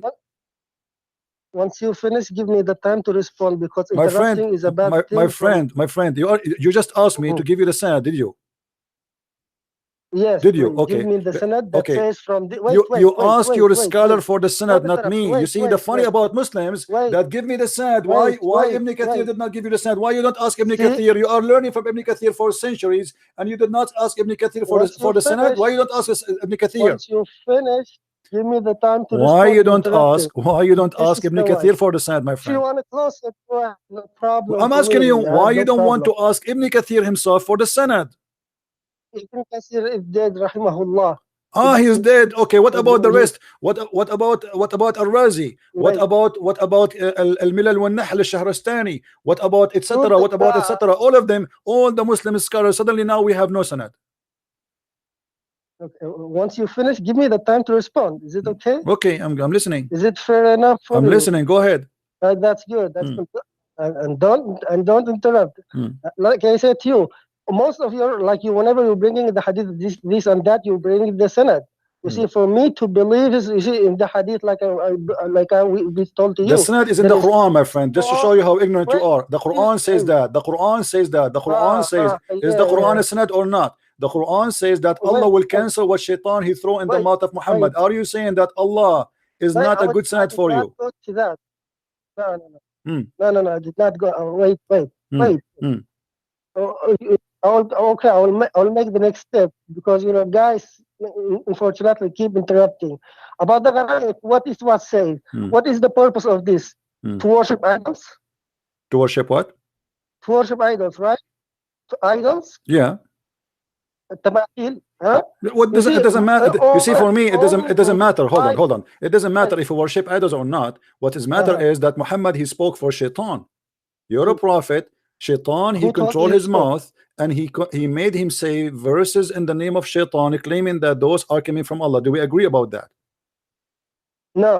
What do you mean no? So explain to me this verse, my friend. Okay, hold on. Explain the verse for me. Explain the verse in the front of us. Go ahead. I know. Don't interrupt. This is like the fourth, fifth time you're interrupting. This habit of yours still not, the same always. about this one, you see, about the Hadith al-Gharaniq, number one, like I said, there is no real sanad. But let's assume there is a sanad. You see, all the life of during Muhammad, peace be upon him, he was condemning about the idols in his own lives. Okay, hold on. Did your prophet kiss a stone? Did your prophet kiss a black stone? Yes, he did. Okay, as long he is against idols and against worshipping stones, why he kissed the black stone? Let's take it point by point. This is point because you just said all his life is against worshipping idols. So why he kiss a stone? There is much difference between worshipping and kissing. We are not worshipping the Kaaba. My friend, I asked somebody who have a PhD in Islam, and his name is Dr. Rohi, and I think you know him. He said this is an act of worship. Did you agree that this is an act of worship? And all the Muslims that spoke to me in previous videos, or you can go check them out, all agree that this is an act of worship. Right, okay, the question is, do we worship the Kaaba or not? This is not the question. Is it an act of worship to kiss the black stone or not? No. Why you kiss the black stone? You kiss the black stone as an act of worship, yes or no? Yes or no? Let's get the one by step. Do you kiss the black stone as an act of worship, yes or no? I kiss the black stone because Prophet Muhammad, peace be upon him, kissed it. Simple as that. So the prophet he kisses, so you kiss it. Yes. Okay, guys, did you hear this? Why they kiss the black stone? Because the prophet kiss it. Okay, why the prophet kiss it? You see, look how stupid the answer is. 24. Hold on, guys. Look how stupid the answer is. Hold on, let me talk. I will give you time. We give you time. Hold on. How stupid it is to say we kiss it because the prophet kiss it. I'm asking you why he kiss it. Why he kiss it? You don't know anything about your own Bible. I just blah blah blah blah blah. This is all you guys know. Jumping from one subject to another. If you're a brave man enough, why not going to debate somewhere? But no, you have to hide behind yourself. Debate who? Here's the thing. I will give you a very small tip because your brain is fruit limit. Go ahead and make your phone with you. Okay, hold on. If I show you a snap of this, if I show you a snap of this, shut up. If I show you a snap of this right now, what you will do? Shut up. If I show you, this is Sahih al-Bukhari, Abdul. This is Sahih al-Bukhari. I will put it in front of you. I was waiting for you to get excited. I was waiting for you to get excited. This is Sahih al-Bukhari saying that. What you would say? I'm always excited. This is Sahih al-Bukhari. This is Sahih al-Bukhari saying that's a hadith. What do you say?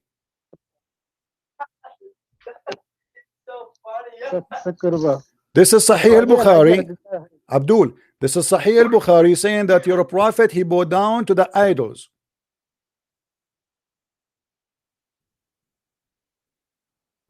Are you there? Are you there? Are you going to die now on me? Don't hang up. Here we go. I'm not going. You're like 4 or 5 times you're hanging up. Read it. Here we go. This is Sahih al-Bukhari. You asked me for the sanad in front of you. لحظة. Do you want camel urine? No, I want poop sandwich. Well, poop sandwich is good because your prophet, he taught you to eat poop too. You want to see it? No, poop in the Bible. It doesn't say, my friend. That's a lie. That's a big fat lie. That's a big fat lie. That because you guys, Abdul. Now read. You got busted. This is Sahih al-Bukhari. Saying you're a prophet. He bowed down to the devil. Read it.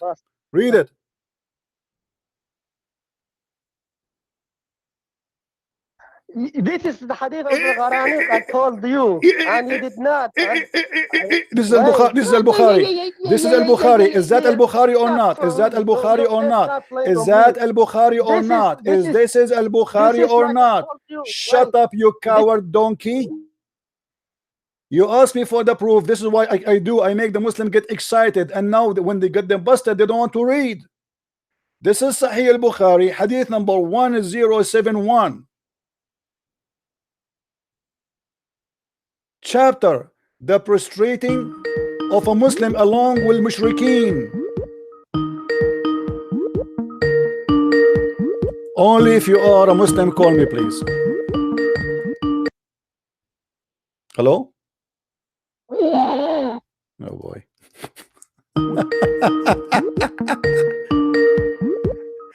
The Muslims are going nuts. The Muslims are going nuts. Let us call back. We got you busted, Faris.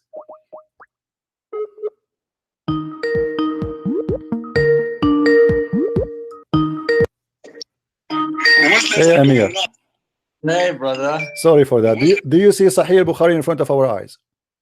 Yeah, I see it, brother. Okay. I see it. You see, I always hide my jewel for the right time. I was waiting for them to call me and get me busted. And here we go. This is not Ibn Kathir. This is Sahih al-Bukhari. What they can do about it? Nothing. Potatoes, cowards. Who is the Muslim from Germany? Brother Ramazan. Ramazan. Yeah, Ramazan. Everybody is waiting for Ramazan to call us right now. And where is the guy? His name, God is with us to call us. Huh? Yes, yes. Muhammad Hijab. Muhammad Hijab. Did your prophet prostrate with the mushrikeen to the pagan idols? وسجد معه المشركون أن النبي صلى الله عليه وسلم سجد بالنجم وسجد معه المسلمون والمشركون. This is about the same story, the chapter of An-Najm. Do you see it? So why you lie to us and you say, where is the reference? Where is the proof? Where is the hadith? Where is the where do you get this from? Hold on, I have to hang up on you, Amir, again. I have more Abdul, sorry. Hold on. Hello? Yes. I just wanted to say some words to your brother Amir. Why don't want to say to me? I don't know. Why you don't say to me? Speak Amir, to me. Speak to me. Speak to me. No. You want to speak? Speak to me. You are a coward potato. If you are a man, you speak to me. You are calling me. You are a coward and you are a donkey. Your prophet is worshipping idols and is bowing down to idols. And now you are worried about Amir? Amir, yeah, Amir. Amir is driving you crazy, don't he?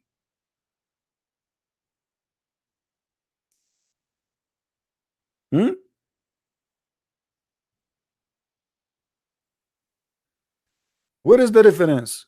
Brother, where is the reference, brother? Where is the reference?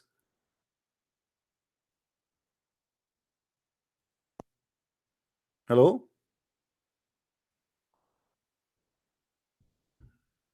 Hello?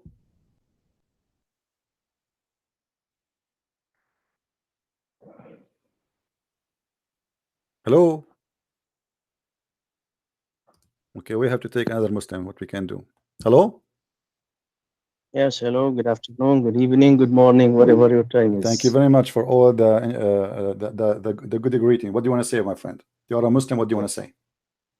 I'm not a Muslim. I'm a proud Muslim, by the way. You are a proud Muslim. Yes, so proud to be a Muslim. What does that mean? So let me tell you something. No, don't tell me something. What do you think about the topic we're talking about? Your prophet is bowing down to the idols. Just relax. I'm relaxing. Eat chocolate. Drink camel urine. Okay, come on, my friend. You are a proud Muslim. Well, are you proud about your prophet bowing down to the idols, worshipping idols? Yes or no? You want to hear the answer, right? Yes, just go relax. ahead. Go ahead. Let me answer you while I'm drinking my urine camel with stream oil. Okay? Now, can you show me in the hadith where does it say that Prophet Muhammad bowed to the idols? It says in the front of you. It says, here we go. Say, no. Are you a certified donkey or you are not certified donkey? Let me make a certified one. Here we go. It's in front of you. When you say to me, can you show me? It's in front of you. And you say, can you show me? Read with me. Read with me. رضي الله عنهما أن النبي صلى الله عليه وسلم سجد بالنجم وسجد معه المسلمون والمشركون. Do you see it? Relax. Please. Relax. You need to call me. I'm not calling you. I'm not calling you. I'm calling you as Allah He called you. I respect you, so please respect me. Okay, go ahead. Now, what you are saying to me, what it says, show me what it says that. It says that in front of you. Okay, just let me educate you. Just relax. Okay? It doesn't say here that Prophet Muhammad, peace and blessing be upon him, bow to any idols. I challenge you. Now listen. Okay, hold on. No, it says that. Let me show you why. Because the pagan, they are bowing down with him, worshiping what? Just wait, please. You are asking me a question, so give me a chance to answer you, please. You don't keep interrupting me, don't worry about it. Okay. You ask the question, just give me a couple of minutes to answer you. Okay. Then after that, you have a couple of minutes to Wonderful. answer. Okay. Yes. Wonderful. Okay. Is it difficult? Good. Okay. Just relax, take a deep breath, have yourself a cup of juice. Okay, waiting the answer. Don't waste my time. Go to the answer. Did he and the pagans are bowing together? Yes or no? Just relax. Yes or no? It says in no, it doesn't say that until you know. Then you are not honest. So you are a coward. answer. Swear by Allah, it doesn't say that. That both of them they are bowing together. Swear by Allah, by the shin of Allah. No, don't tell me CP, please. Swear by Allah, you are a liar. Here we go. This is your Muslim translation. You see, I will show it in English. Why in the Muslim translation they are praying together, worshiping the same God? What is the same God? The Muslims and the pagan they worship. Go ahead. Just let me speak, please. Just I'm asking you. You're avoiding the answer. What is the God they are worshiping there together? I wanted to show the hadith again in Arabic and English. Where it does it say? I'm showing it to you in English right now, and I show it to you in Arabic. Read it for me. Go ahead. Okay. I'm reading with you now. It says in front of me, the Prophet, I prostrated while reciting an-Najm, and with him prostrated the Muslim, the pagans, the jinn, all human beings. Now, does it say that he was prostrating for idols? Why yeah, obviously it does, because if you all of you worship one God, it means obviously you are worshiping one God. What is the pagan worshiping? What is the pagan bowing down for? CB. When you're a prophet, he was praying. He was praying to who? Make the pagan bow down with him. If the pagan they don't believe in what Muhammad believed, why they bow down with him when he recited the chapter of An-Najm, which is the same chapter he received the satanic verses according to the Quran? Allah will take it off. So Muhammad recites satanic verses. The pagan they heard him, they agree with him, they bow down with him. That's what it says. You see, I did not interrupt you. I listened to you. Now, will you please be kind enough to listen to me as I listen to you? Go ahead. Don't interrupt me, Go please. ahead. Okay, thank you very much. Please. Now listen and learn, please. I'm learning. First of all, I'm challenging you in front of everybody to show me what does it say that Prophet Muhammad prostrated to idols. It doesn't say that whatsoever. You see. Hold on. You see, you made a challenge. Let me answer you. You made a challenge. Let me show you. Come on. Let me show you, Abdul. You made a challenge. Can you show me? The story, all of it is connected. Here we go. We go to Ibn Kathir, we go to At-Tabari, we go to Al-Qurtubi, we go to all of them. They said, and the Quran confirmed that Muhammad received satanic verses when he was reciting the chapter of An-Najm. Do you agree with the Quran or not? Do you agree with the Quran or not? Relax. I'm relaxing. Do you agree with the Quran? Okay, so the Quran confirmed that Muhammad received verses from Shaitan. So now we know why Ibn Kathir and Al-Qurtubi and At-Tabari and other scholars they speaking that Muhammad he bowed down and the pagans they bowed down with him. And this is exactly what is shown to us in the hadith. And you don't let me speak. You talk too much. Just let me speak. Just give me my 2 minutes. You see, you keep complaining about let me speak. You made a challenge for me to show you. I just showed you. Relax. And can you please post again the hadith in English again? Okay? It's in front of you. Us. It's in front of you. It's on the screen. Good. Okay. You said that Prophet Muhammad, it says in the hadith that Prophet Muhammad bowed to the idols, right? That's what he said, right? No. Can you please read the hadith? I wanted to show me what does it say that he bowed to the idols. So read the hadith. I want you to read okay, it. so you are saying to me you want to understand that the story only from this hadith, right? I'm asking you. You brought the claim that it's very clear because the pagan they bow down with him. The pagan they bow down to who? No, I'm asking you. The pagan who worship idols they bow down to who? To idols, correct? Let me educate you just for a couple of minutes. Go ahead. You are not giving me even a chance. You see, you keep complaining, not giving me a time. Relax. And when I get you busted, you don't answer. The pagan they bow down to who? I want an answer, please. Give me an answer. They bow down to who? Muhammad and the pagans they are praying together, bowing together behind Muhammad. Muhammad was reciting An-Najm. So the pagan they bow down to who? The mic is yours. If you keep laughing, I will hang up on you because you are acting like a kid. You are like a Muhammad hijab now. Are you going to answer? They are pagan, they are bowing down to who or not? Please relax. Please, CB. I didn't pick you up just to laugh or to make fun of you. I called you. You cannot make fun of me. You are making fun of your God, because your God is the one who said that Muhammad received satanic verses. It is Ibn Kathir who said so. It is Al-Qurtubi who said so. It is Al-Tabari who said so. And this is Al Hadith of Sahih Al-Bukhari saying that you're a prophet, and the pagan, they worship the same God. Pagan. Go ahead. You're done. Promise me that you will give me 2 minutes without no interruption. Go ahead. Go ahead. You want to laugh? I can laugh with you. No, just tell me, please. Tell me. I promise you that I will let you speak for 2 minutes. I will not interrupt. Go ahead. Can you do that? So promise me in front of everybody. Abdul, go ahead. We are laughing at you. You are in trouble.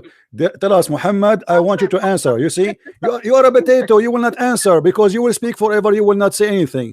The pagan are praying to who? What is the common sense between Muhammad and the pagan? They are worshiping who? Exhale, relax. Let me answer you, please. Go ahead. Inhale, exhale. Just take a deep breath and relax. Now, let me read you the hadith and educate you. Don't read the hadith again. I want the answer. You see, you are a potato. You're in the corner. The pagan, they are praying to who? The pagan. We read the hadith. The whole hadith is 2 lines. You do not need to read it again and again and again. You are being a donkey, a certified donkey. The pagan, they are praying to who? The pagan are praying to who? Coward. Let me tell you something. Coward, like you're a prophet. You will never answer, correct? You will never answer.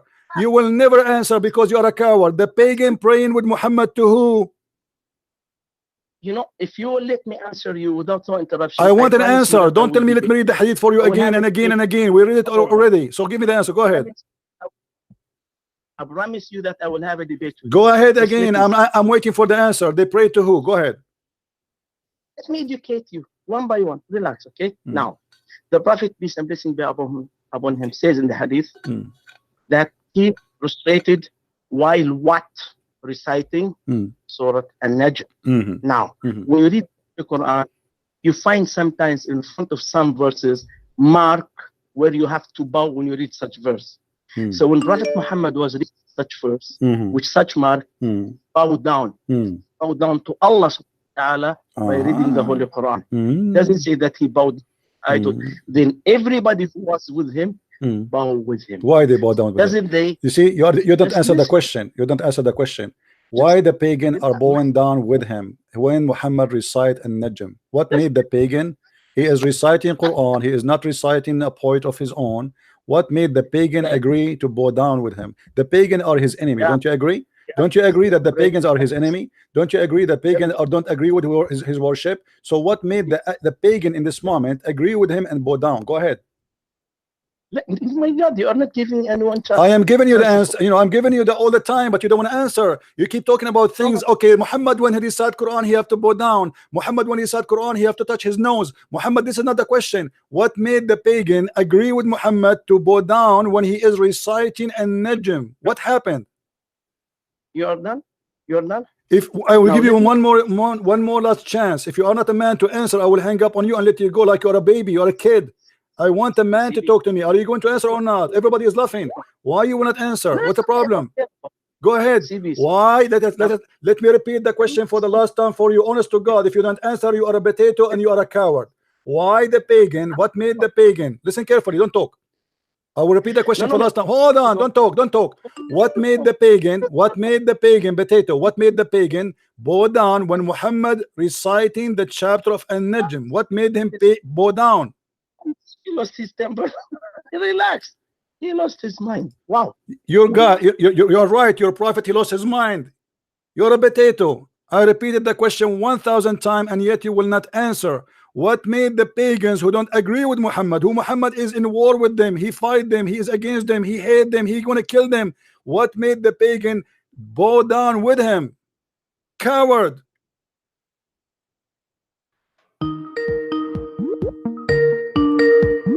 All of you are the same. Cowards. The hadith here confirm that Muhammad and the Muslim, they share one religion. It's a paganism. Are you going to answer or you are going to play games? Why did you because you're a kid. I lost my voice. I lost my voice. I'm screaming. I want you to answer me and you keep repeating the same joke. The prophet he used. Okay, so are you going to answer now, please? something. Are you going to why did answer? you Don't hand- tell me something. Are you going to answer? Yes or no? What made the pagan in this moment to bow down with Muhammad? Go ahead. You were sitting, you are in a corner. Hadith doesn't say that he bowed to Well, to everybody idols. is laughing. You can say whatever you want. Let us see who's in the corner. The hadith is confirmed by the Quran. The hadith confirmed by the Quran and by the Sunnah and by all the interpretation of Muslim scholars that Muhammad and the pagan, they bow down because Muhammad, he recited a satanic verses, unless you are saying the Quran is a lie. And this is here report exactly what happened. You see, I lost my voice screaming, asking them to read. Yes, Hamza. Hello? Yes, You can hear me? I hear you. All right. Um, yeah, I think that hello. I hear you. Go ahead. All right. I think that there are many gods, but there is only Allah to worship since the beginning. So the jinns are also gods, but Get lost. I mean, where is this guy's coming from? This is a funny Muslim. There's many gods. I mean, there's a jinn. They worship a god. Here we go. Too much hashish. Too much hashish. There's other Muslim trying to call me. Let's see this one. Hello? Okay, your mama is saying hi to you. This is what the Muslims can do. No problem.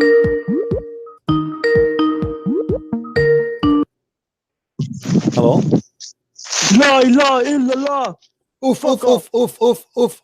Allah, Allah, Allah, Allah. Allah, ilaha illallah. Man, that's a lot.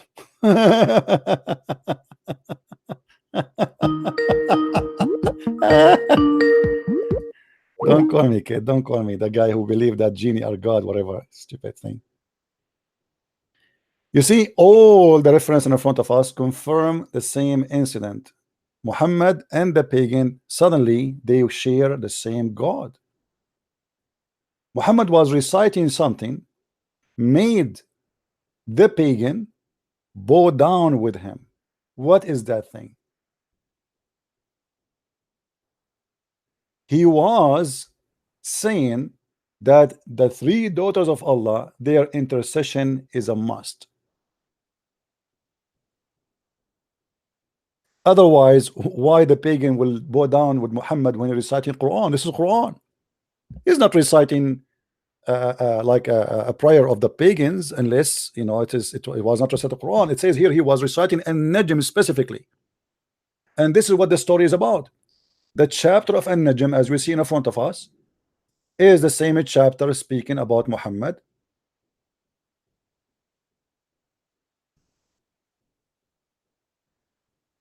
Which confirm in Al-Hajj chapter 22 that he always do that and he worship the devils. Allah, he confirmed that Muhammad, he received satanic verses. We go to the interpretation, the scholars. Ibn Abbas, he confirmed that Muhammad, he received satanic verses. Is Ibn Abbas is a liar? Is he? Why Ibn Abbas want to say such a thing if it's not true? As you see in front of you, when he spoke, it said, it referred to his recitation. And here we see, it says, Shaitan throws some falsehood in it. So it's confirmed that Muhammad, he received some satanic verses. And remember, by the way, the Quran was not organized the same way it is today. There's nothing is called a chapter of An-Najm or a chapter of etc. or a chapter of etc. This is something later happened.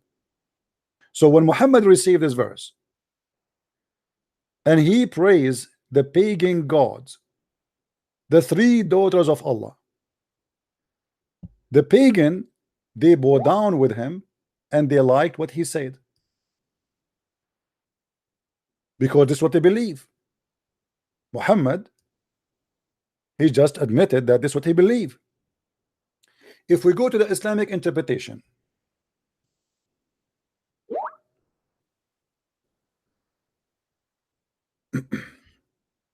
Let us see another Islamic interpretation.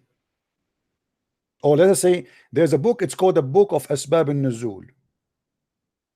Asbab al-Nuzul. Guys, don't PM me unless it is necessary, please. And don't text me.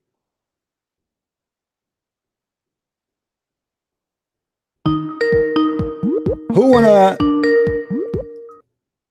Hello. Hello. Yes. Yeah, hi. This is Abbas. Hi Abbas, how are you? So Abbas, what do you think about your prophet receiving Hello? satanic verses? I hear you. Go ahead. Yeah. No, he didn't receive satanic. He did not? Okay, this is the He book. didn't receive This is satanic Tafsir verse. al-Jalalain. This is Tafsir al-Jalalain. What do you say? This is Tafsir al-Jalalain in front of your eyes. I'm sorry. One second. Sorry. Just 1 second. I think there's a double sounds. Mute YouTube so you will not hear me twice, please. And I apologize from Yeah, Amir. I'm sorry about that. Amir, I apologize from you if you hear me, because as you see, we want to get them busted with this, and we need I'll them. call you back. There's some problem. 1 second. 1 second. Okay. Guys, this is Tafsir al-Jalalain. This is Tafsir al-Jalalain. This is the official government website of the Kingdom of Jordan. This is the Muslim translation. And this is the address of the website you can contact them in the Kingdom of Jordan. This is a website owned by the king himself, who claimed that he is from the children of Muhammad. What it says.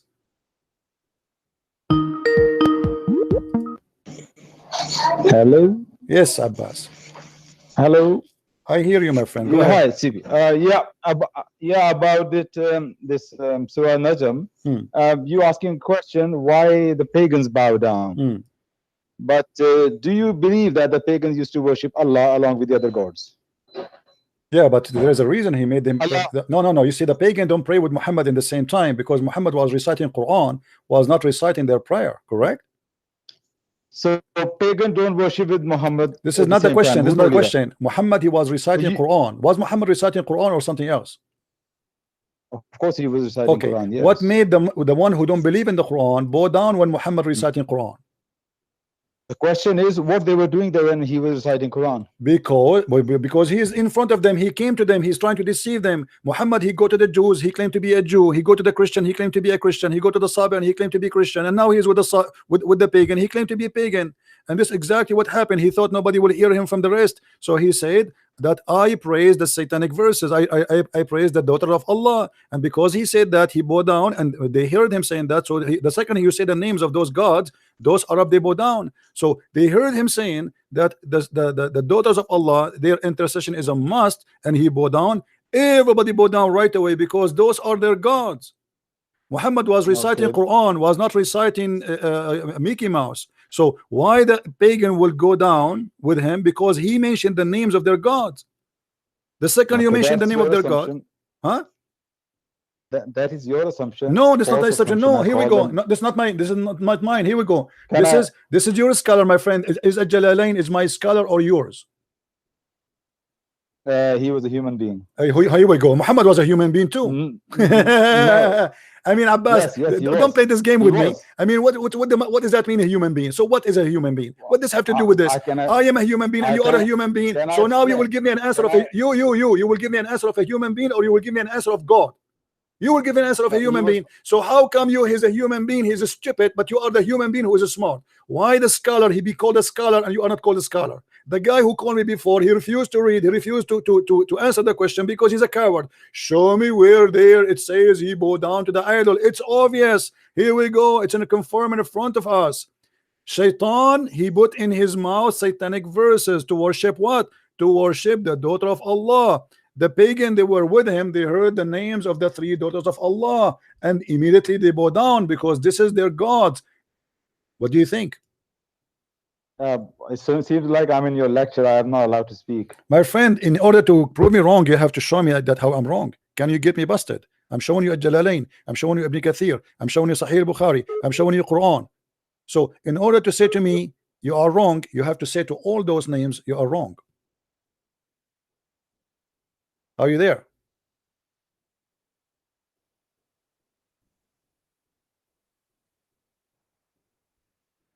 Are you there? Call me back. Amir, my friend, are you there? I really apologize from you.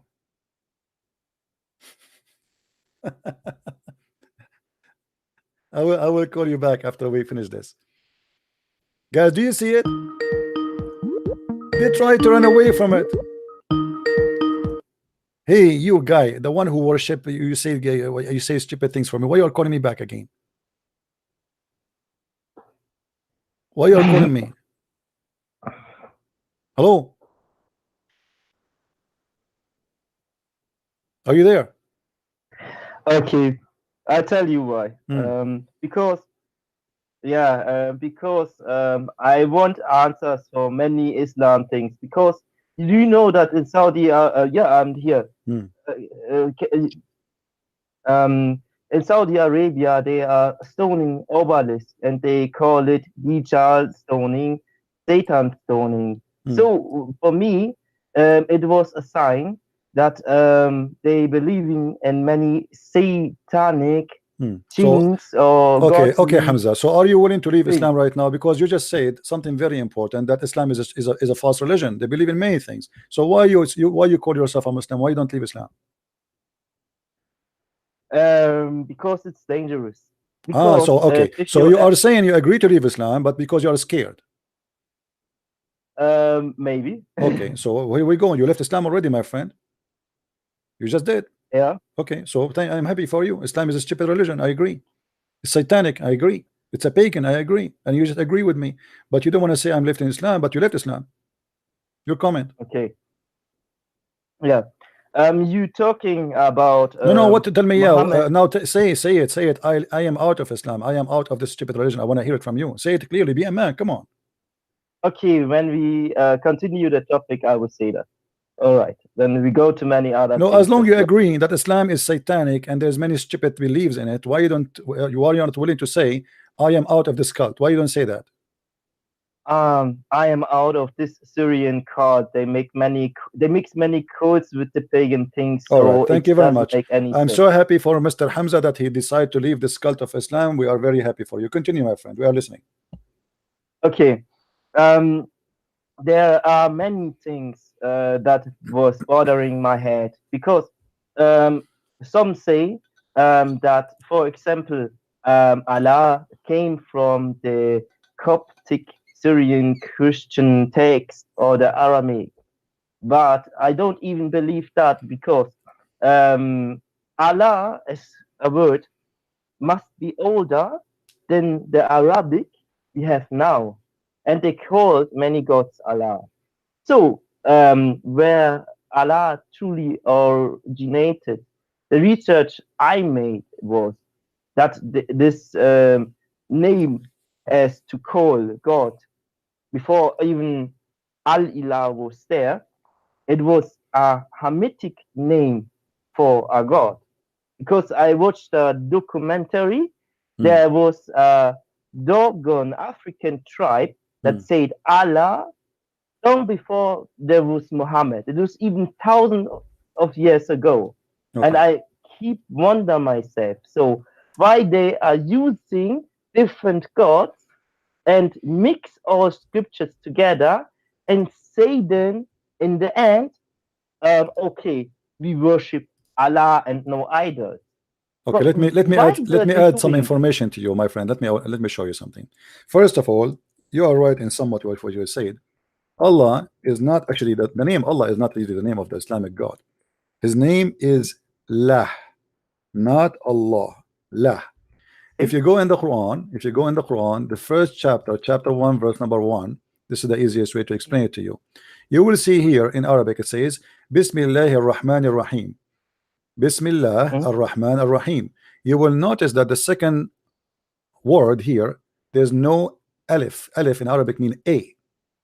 Why? Okay. So what happened to this alif? Why this alif disappear? Simply because this is not part of the name. You see, if the name have alif, we cannot take it off. We cannot take a letter off, right? It have to be staying there. So it's gone. Hold on, don't talk. Don't talk. Hold on. So Bismillah in the first verse is not appearing the same as the second verse. The second verse it says Alhamdulillah Lah. Okay. Okay. Lah. I get you. Lah is the name of the God of Islam. Li here is a word mean too. So alhamdulillah, la, hamd means thanks. Li, I will write for you the word the li in a different color. I will make it in a green. Here we go. So this is the li la, which mean to la. So the name of the God of Islam is La, and anyone can go right now check out. You will find that La is the moon god. This is not a new god. This is a god exists long before Islam, and Muhammad is just copying what the Arab and people believe. There is the people who live in Europe, most of them, they worship a sun god, the sun, which is a sun, the star. And those who live in a warm area, desert, they worship the moon god because the moon is nicer to them and he is more merciful. He don't kill their animals, he don't kill their grass, he don't destroy their water and their goods. But they don't die from thirst because of it. So those who live in Africa or live in the desert, most of them, this is why we go in the Quran, we will find that the name of the city which Muhammad is speak about, or the Quran speak about to be the city of Muhammad, it's called Mecca. Mecca. But in different verse in the Quran it says Bakka. So is it Bakka or Mecca? It is the same. Simply in chapter 36 verse number 96 it says, it is he who put the first house in the city of Bakka. Okay, what is Bakka? If you ask any Muslim, for sure they try their best to explain. The fact this was nothing except saying that the first temple was built for Allah was in the city of Bakka, which is in Yemen, and there's a temple there is called the temple of Makkah. In the language there, they switched letters. So sometimes the B became, or the Ka became Qa. So Makkah became Makkah. So people, that's why Muhammad, he said, send me the Quran in 7 letters. Why? Because people, they have supposed different dialect. So in what is Ka for the Arab in the Arabian Peninsula is a Qa for the one who live in Yemen. So Makkah is Makkah, same as Bakka, which is coming from the Aramaic language too. So the temple of Yemen, which is built by the Sabian, not by the Arab, the Sabian, who they are coming from north of Iraq, where Abraham is coming from them. The Sabian, they are the one who built the temple of Makkah, and the religion was the biggest religion ever exist in the Middle East, to the point even the Sabian, they believe that the Pharaoh himself was a Sabian. This is why the Sabian, they hate the Jews, because they believe that the God of the Jews, Adonai, he destroyed the army of the Sabian king, the Pharaoh. So this is the moon god, which is worshipped by people long before Islam, as you said, even in Africa, and worship in many places, not only there. And it is Lah, not Allah. Al in the ancient language. Can Al. I do one surah in the Quran? Because there are written 4 letters, and many people say in Surah 10 verse 1, it's also about Allah. So we have different writings and meaning of the word Allah itself. I asked some guys, and one of them saying that when you write Allah in a certain way, it means womb. So in these cultures, why they have so many things, Allah, Azar, and these things, and they can mean 1,000 things, but they say they worship one God, Allah. Okay, my friend, I have to let you go. I'm happy for you that you left Islam. Good for you. You can call me later so we can take more Muslim calls. But I want you to listen what I will say next, so you can learn something.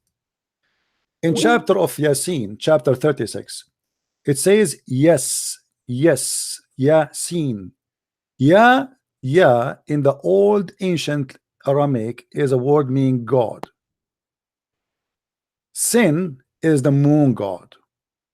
You ask the Muslims what does this mean, they don't know. This is one of the names of the God of Islam. Ya sin. Go right now and search in Google God sin.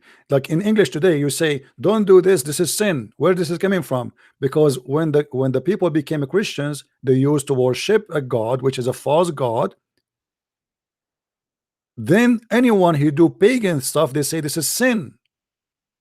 By doing something pagan, it is sin. So it's sin to do adultery, it's sin to steal, it's sin to do this, it's sin, because this is pagan. So yeah, sin. And look what the Muslim, they give interpretation for the verse. God, Allah knows best what he meant. I mean, this is stupid.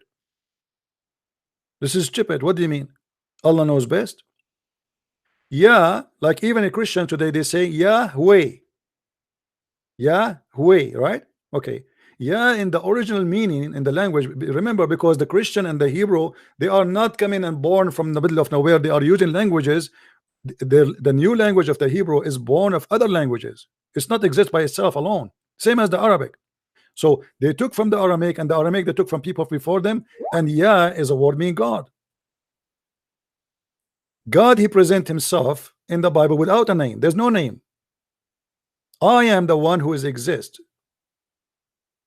The Hebrew, they have a new language now, and they have a new meaning, but nobody can get rid of the older version of the languages. Yah is a word meaning God. Yasin. Yah is the God. Sin is Allah. Hello? Hello? Yes. Hello? Yes, Abbas, I hear you. Hello?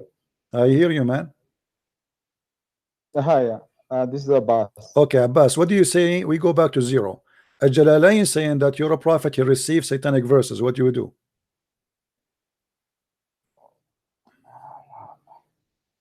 Seriously.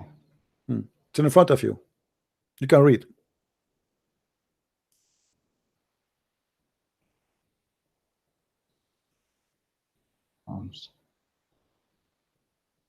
Alicia. Oh, Alicia, I lost that again. Focus with me, please, here. Hello? Can you Yeah, hear I'm me? with you. I'm with you. What do you want to say, my friend? I'm sorry. I'm It's just all having right. a problem there. Okay. Yes. So what you were saying? Sorry, Okay, sir. Al-Jalalain in front of us says that your prophet say you that again? receive. About Al-Jalalain here in front of us says, and Ibn Kathir and the Hadith and the Quran confirm that you're a prophet you receive satanic verses. So what is your comment? Yes. Jalalain, as I said, look, as a human being, I was saying he's not infallible. I mean, you are a very clever man, but I'm sure you believe that you are not infallible as well. You can also make mistakes as well. But as a Muslim, strictly follow Quran. My friend, I'm not the one saying Sunnah, okay, but the Sunnah Quran and Sahih says, Hadith. but the Quran says that Allah he will delete the satanic verses. Was the Quran too mistaken? Quran didn't talk about satanic verses. What you're talking about? No, the Quran says that Allah will delete the satanic verses. Whatever shaitan he throw, Allah will delete. Correct? Read the verse. Okay, I think you are confusing. It's in front of you. It's in front of you. It's in front of you. Never we send a messenger before, but when he talk, shaitan he throw in his mouth, words. Read it. ما أرسلنا من قبلك من رسول. What chapter and verse you? Chapter 22, verse number 52. وما أرسلنا من قبلك من رسول ولا نبي إلا إذا تمنى ألقى الشيطان في أمنيته فينسخ الله ما يلقي الشيطان. We never send a messenger or a prophet, but shaitan he throw in his mouth his words, and Allah will delete what shaitan he throw in his mouth. What do you say? Okay, I say this. Go to the interpretation. I did. You just said to me that the interpretation is a human. No. This chapter, This chapter 22. This chapter 22, interpretation of chapter 22. Go to that and see what here we go. It's in front of you. It's in front of you. You told me this he's making a mistake. It's in front of you. This is interpretation. Let us go. Hold on. This is interpretation. Chapter 22. Of chapter 22. Yeah. Yes. Verse number 52. It's in front of you. This is Tafsir al-Jalalain. It says, but when he recited the scriptures, Satan cast into his recitation what is not from Quran, but which those whom the Prophet had been sent with the following verses from the Surah of An-Najm. You see, here we go. It's An-Najm. Have you considered Al-Lat and Al-Uzza? Your Prophet, he said, have you considered Al-Lat and Al-Uzza? The one who called me before you, the Muslim who was laughing too much, he was laughing at his Prophet. because he don't want to say, he don't want to agree that when his prophet was reciting in Najm, that pagan they bow down because he was worshipping and the Allat and Al-Uzza. And look, here is confirmed. Have you following the following verses recited in the Surah An-Najm? Have you considered Allat and Al-Uzza and Manat, the third one, chapter 50? And here he quotes for us the verses 53, etc. Then he says, added a result of Satan casting them into his tongue without the prophet being aware of the following words. Do you see it? Yeah, I see it. And then Jibril came to him after a few weeks. He said to him, Habibi Muhammad, this is not from Allah. However, read with me. Jibril, however, later informed the prophet of the shaitan had cast into his tongue. I mean, how in the world this happened? Jibril later informed him. So Muhammad, the pagan, they bow down with him, the Muslim, they bow down with him, everybody bow down, and nobody noticed that he is worshiping the three daughters of Allah. Nobody noticed what they just heard. And then Jibril came to him and says to him, this is not from Allah, this is not from Quran. I heard the whole story. I read some interpretations, and also Ibn Ishaq biography as well. He said the similar thing as well. I heard these things before, but now I'm asking you an honest question. A question I expect an honest answer from you. Since you have a lot of information, you have read a lot of different interpretations. Now my question to you is about this chapter 22, the verse you read. Other interpretations and tafasir, they all agree with this Jalalain, or they disagree with him? Well, you Muslims, here we go. You are one of them. You didn't agree with him, right? Do you agree with him? You don't. No, I'm asking you a question. You see, the Muslims are fighting. But this is not my business. This is not my business. This is not my business, my friend. If you Muslims, let me tell you why. Let me tell you why. Let me tell you why. Let me answer you. Let me answer you. There's many Muslims. They find it that this is very embarrassing. So what they say, they deny it, but they cannot deny it. It's there. You see, if you deny it and you claim to be a scholar, does not make you really getting away from it, because the Quran confirming it. And when Jalalain he write it, and when Ibn Kathir he write it, and when the scholars rewrite it, why they write it? Why it is there anyway if it's not true? CP, if you as a human being, you trying to convince me on something, you have to convince me properly. You might convince some people who are. My friend, here we go. I will convince you from the verse in the Quran. I will convince you. Forget about the Jalalain. Allah will take what shaitan. Hold on. You see, because you are being foolish now. I showed you a Jalalain. You said I don't want a Jalalain. I showed you Ibn Kathir. You don't want Ibn Kathir. Which one you want? Okay, give me the interpretation you like. I ask you a question. Give me the interpretation you like. Hold on. No. Don't play. Don't play. Show me the interpretation you like, and I will open it for you live in front of everybody. Go ahead. That was not my question. No, I want you to get either you get me busted or you get you busted. Show me the interpretation you like about this verse. Listen, you can. I don't want to listen. Here we speak with reference. I'm showing my reference. Can you show me your reference? Can you show me your reference? Which scholar is the one you like him to explain this verse? Go ahead. You can bust people all day long. Before you mentioned to me, isn't it you who mentioned to me Al-Mawdudi before? What do you think about Al-Mawdudi? I'm not here to bust you. Aren't you the one? You cannot bust me. I'm a Christian prince. Your God cannot. Listen, and here we go. I'm challenging your life. I am challenging your life. What is the interpretation you like me to show you about this verse? What's wrong with you? Why can't you answer my question straight? Because you are a coward. Why you don't want to quote for me one interpretation you like? Just one. We have hundreds. We have thousands. Give me an interpretation. Here we go. I'm losing my voice. Guys, here we go. Listen, Abdul. Listen, Abdul. Look how many. Look how many interpretation I can show you. Look. Which one you like me to show you? Give me one. Yeah, can I say something now? No, you cannot. You cannot. I want you to show me a reference. Don't give me a speech. I'm letting you finish a speech. No, I don't want your speech. I'm not making a speech. Get away, man. I want a man to speak to me, not kids. Show me a reference you like. Show me a scholar you wish. Don't give me a speech.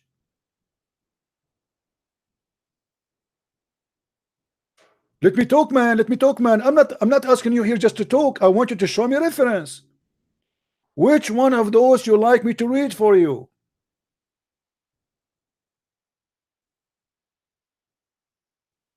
Shia or Sunni? What do you want?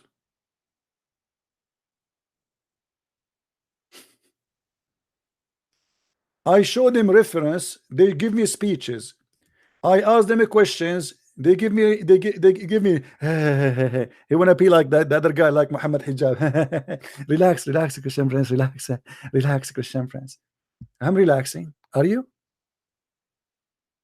What was the reason made the pagan when Muhammad was reciting the chapter of An-Najm to bow down? What was?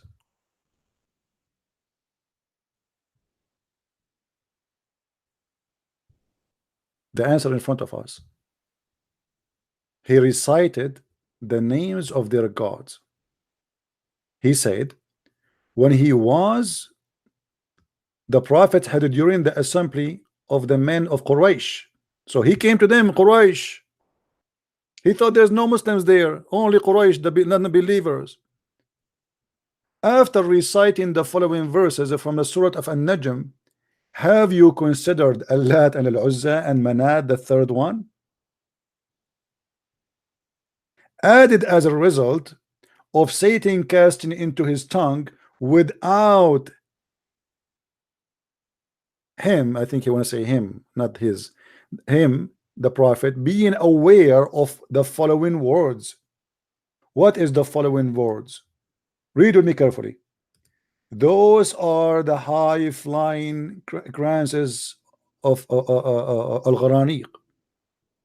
Indeed, their intercession is to be hoped for. And so they, the men of Quraysh, were thereby delighted. Do you remember, guys? I asked the Abdul who was laughing like a funny cartoon. I keep saying to him, okay, what made the pagan in this hadith bow down with Muhammad? There's something happening here. Christian Prince, show me where he says the pagan. My friend, what made the pagan, when they are pagans, to bow down? What Muhammad said make them bow down? Do you remember, guys? He refused to answer. Let us call again Amir. I dropped him. I apologize from you, Amir, really.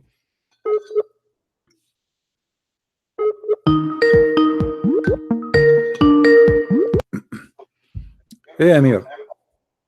Hey, brother. I really apologize from you, but we have to make hummus. What we can do?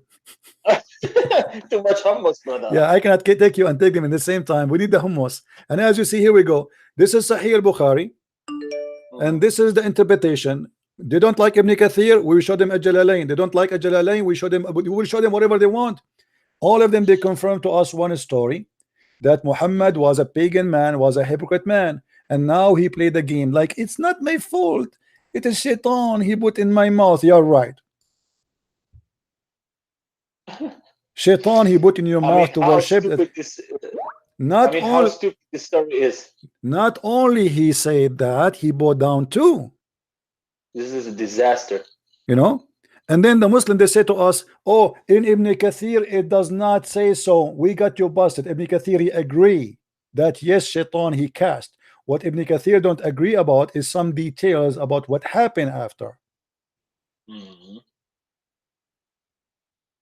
Read with me. This is Ibn Kathir. Who is the Muslim wanna call me and tell me what Ibn Kathir he said? As long as you have a big mouth to speak about Ibn Kathir did not say that, did not say this. Call me. This is Ibn Kathir. This is the whole interpretation in front of you. Read as you wish. Choose the line you want. Coward and liars.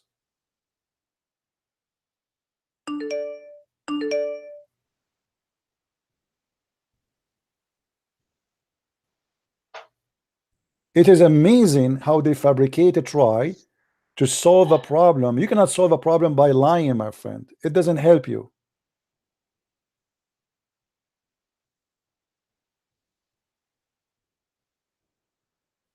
This is Ibn Kathir, as it is in the front of us, our eyes. When he recited the revelation, Shaitan threw some falsehood in it. Challenge for the Abdul who don't like what I said. Who can quote for me what Shaitan he threw in his mouth? This is confirmed in Ibn Kathir. What happened?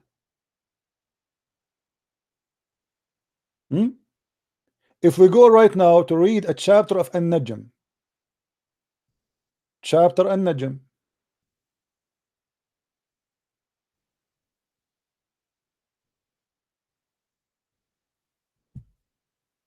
we will find the same story. Any Abdul? And you will see, guys, that many those who don't believe in Islam, they thought Muhammad, he became one of them. At this point, many of the scholars of tafsir mention the story of Gharaniq and how many of those who had immigrated to Ethiopia came back. Look, who is the one who mentioned the story of Al-Gharaniq? The scholars. Do you see it? At this point, who is talking? Ibn Kathir. At this point, the scholars of tafsir mention the story of Al-Gharaniq. And how many of those guys, please stop calling me if you're not a Muslim. Only Muslims call me for now. And how many scholars? Okay, I will block you then. Seriously, I will block you. If you call me one more time, I will block you, the guy who keep calling. Okay, let me block you then. Hold on.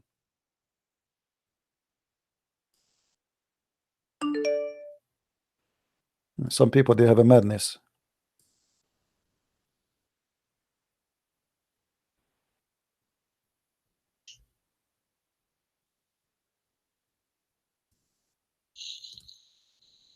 All right.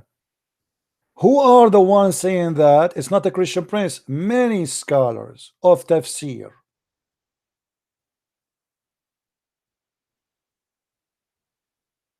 Let me take this Abdul. Amir, forgive me again. Abdul is calling. Hello.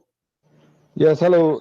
So Hi. are you going to show me, are you going to say something useful, or just you want to make a speech? Well, looks like no. I was never going to give a speech. I was just asking, since you have more information than me, do you know which interpretation? All interpretation agree with Jalalain. You didn't answer. Never mind. You asked me, okay, give me one interpretation. Yes, so I was looking into it because I didn't have all the information in front of me. All right. So I look and you say, okay, give me one interpretation. So I look into Maududi. Yeah. Okay, you like Maududi? Well, you can read Maududi, but I say I think you should read the Qurtubi, Ibn Kathir. If all agree with Jalalain, then you have a point. Okay. Ibn Kathir, here we go. Ibn Kathir in front of me.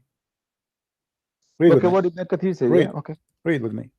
Ibn Kathir, this is Ibn Kathir, chapter 22, verse number 52 to 54. How the shaitan threw some falsehood into the word of the messenger of Allah. This is the title. Do you see it? Yeah. Okay, so Ibn Kathir agree that shaitan he throw words in Muhammad mouth, correct? Read all of it. Okay, but he agree or not? The title. Okay, the title is explain the Quran, correct? So he agree. Read with me.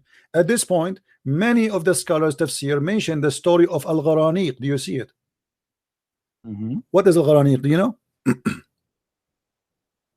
Al-Gharaniq? No, I don't know what is that. The flying daughters of Allah. Okay. And how many of those who had immigrated to Ethiopia came back when they thought that the adulterer of Quraysh had become Muslims? Why they became why they thought they became Muslims? Do you know why? Yeah, because they thought they bow down with Muhammad. Thank you very much. Thank you. You are being smart now. Ishaq, so guys, hold on. You are the one who asked me for Ibn Kathir, right? Okay. So they bow down. You are the one who said Ibn Kathir. No, you said that. I didn't. Guys, did he say to me go and read Ibn Kathir? I said I was reading Maududi. Okay, give me a link. Give me a link for Maududi. Give me a link for Maududi. Go ahead. Give me a link. I can't. I'm not that savvy in this thing. No, you give me a link so I can show you Al-Maududi. I thought you already have it. You want me to read? I don't have it in English. Maybe I can find it in Arabic. Let's see if I can find it in Arabic. Hold on. You want me to read Maududi? Yeah, read. Go ahead. Yeah, Maududi interpret like this. He says, if the first meaning is taken, it will imply Satan tried to prevent the fulfillment of his desire. If the second meaning is taken, it will imply when the Prophet, peace be upon him, recited the revelations, Satan created different sorts of doubts about its truth and meanings in the minds of the people. Whereas Maududi says it's the people who are hearing his words. And what does that Satan mean? put- What does that mean? Meaning when Muhammad Sallallahu reciting some verses, Okay. the people have different understandings. Satan making them understand differently. Like when but even hold for on. example, I read the same verse. Hold on. ISIS understand the verse Okay, differently. no. ISIS You see, and I but understand this the is verse differently. that's mean al-Mawdudi is a certified donkey, because the Quran said that yes, because the Quran says Allah will throw what it throw in his prophet, not in the mind of the people. So how al-Mawdudi say such a thing, stupid thing, against the Quran? Isn't it the Quran in front of you saying that shaitan he throw in the messenger? Never did we send a messenger or a prophet before you, but whenever he had a desire, Satan interfered with that desire. So who is the one who shaitan he throw in his desire, the prophet or the followers? The prophets. Thank you. But al-Mawdudi he said the opposite. Al-Mawdudi he said that they have wrong understanding. So Maududi as a scholar disagree with. Just go. Your Maududi is no scholar. He's a potato. He's a donkey.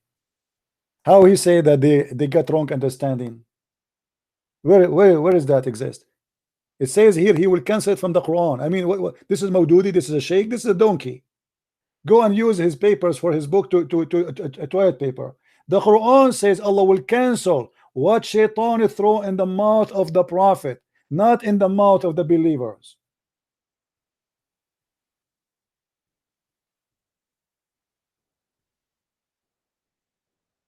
I mean, can you find me a one Muslim have a brain? It's impossible.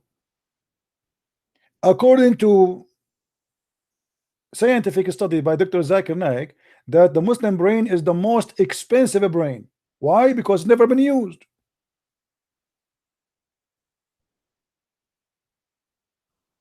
And we show them their scholars one by one, and they run away from it.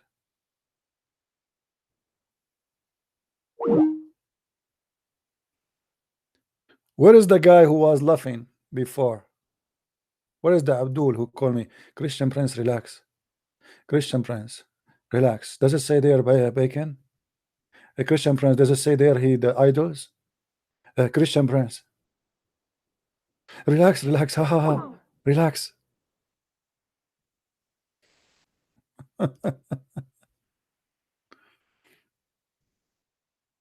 I feel sorry. I keep losing Amir.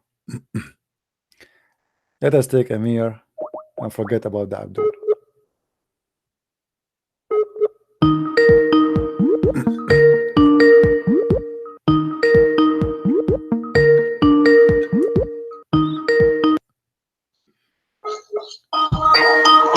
Hey, Amir. Mute you too, please. Okay. So what do you think, Amir, about what's happening today? The Muslims in chaos, right? Yes. Where is the Muslims where is the Muslim from Germany? I mean, how come we cannot find one hero from Germany, from those who have a big mouth? They want to call me right now and get me busted. Why do they want to do that? Because they are afraid, brother. Was a Jalalain a person work for Christian Prince? I want to know. Shame on you, a Jalalain. Did a Jalalain say that your prophet, he said, when he was reciting the chapter of An-Najm, have you considered Allat and Al-Uzza and Manat, the third one? Have you considered them? The flying daughters of Allah? Now the Muslims say the tafsir of Al-Jalalain is da'if. All of them, they are da'if. They can say whatever they want. They can say whatever they wish. Who care? You see, when you say that we are quoting a false story, then you have to attack your scholars. Even Ibn Kathir says many scholars they mention that. And look what Ibn Kathir he says. Ibn Kathir he said it clearly that when Muhammad he did that, many they thought that the people of Quraysh became. Read with me carefully. Let me show everybody. Guys, read.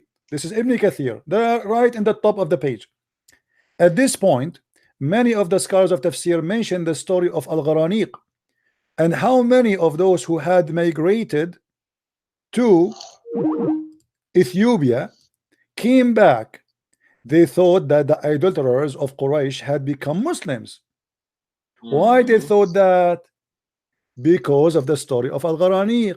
Because Muhammad and the Muslim, when the pagans suddenly they are praying together, bowing together, worshiping the same God.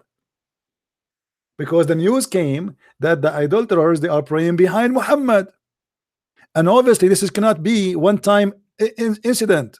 It cannot be, because as you see, the news went all the way to Ethiopia. That's mean Muhammad for a certain time was doing that for not one time, not two time, not three time. Otherwise, how such a thing went all the way to Ethiopia, and the Muslims who went to Ethiopia as a refugee, they are now believing that it's time to go back because look like all the pagans became Muslims. And what made the pagan pray behind Muhammad? Because, you know, and look here, they say to you, but those reports all come through mursal chain of narration. I don't think that any of them may be regarded as sahih. Maybe. This is Ibn Kathir.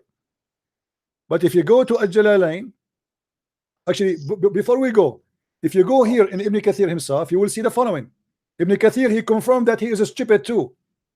In his recitation, because how you say it is not sahih. He's talking about what not sahih. He's talking here that those who they heard the story in Ethiopia, they are not, this story here is not a sahih narration. But here you go down, Ibn Kathir, he confirmed the story. He says in his recitation of Revelation, when he spoke, Shaitan throws some falsehood into his speech. So this is what Ibn Kathir agree upon. What Ibn Kathir don't agree upon, that this is about the story here, that some of those who they were in Ethiopia, they heard the story of Al-Gharaniq and they decided to come back. This is what he don't agree with. The rest he agree with. And this is why he's saying, when he spoke, Shaitan, he throw in his mind, in his mouth, he throws satanic verses. And then he quote for us the scars of Islam. As you see, Al-Baghawi, yes, he quote for us Al-Baghawi. Brother, wait. The question that we ask is why these stupid scholars put that story in their books. I don't know why they do it. When this chain is da'if. No. Ibn Kathir, he is not saying the story chain is da'if. He is saying that the story there about those who they heard the story in Ethiopia, they decide to come back. This is what he says, that this is for him, he cannot prove it. This is here, this is story. You see it? This is story, not the rest. The rest he agree with it. The rest, here we go. He confirmed that Muhammad, he received Shaitan, he throw in his falsehood in his speech. Do you see it? Yes. So he confirmed that. What you don't confirm, what is said before, that some of the believers who they are in Ethiopia, they heard the story of Al-Gharaniq and they thought that the pagans, they became believer. But the rest, he's confirming it. You see? Okay. Yeah. Same time, if we go and see when he quote for us Al-Baghawi, read with me here. He said Al-Baghawi. Muslims, what Al-Baghawi he said. Who is a Muslim wanna call me and tell me what Al-Baghawi said about this verse? Any Muslim? They will never call you because this story is such a demolition to Islam and Muhammad's prophethood. Because now we see the false prophet. Because in the Old Testament it says that when someone speaks for another god, he is a false prophet and he have to die.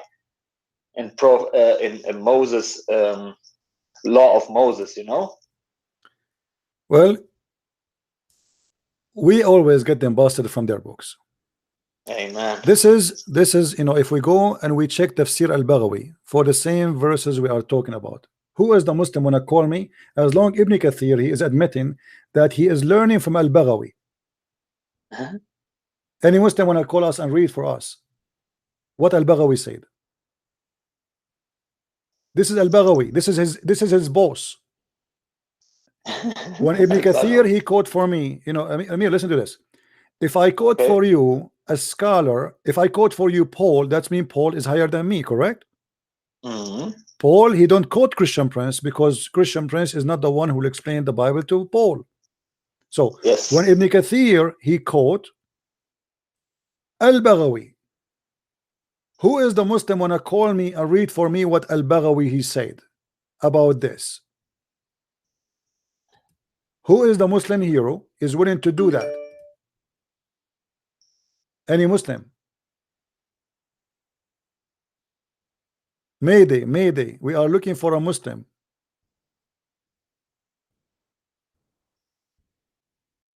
So the funny about them, they try to run away from a disaster and they dig more for their prophet and they get him more in trouble. Al-Baghawi. Who is a Muslim wanna call and read Al-Baghawi, the teacher of Muhammad? This is Al-Baghawi. I will put it in the screen so everybody can laugh.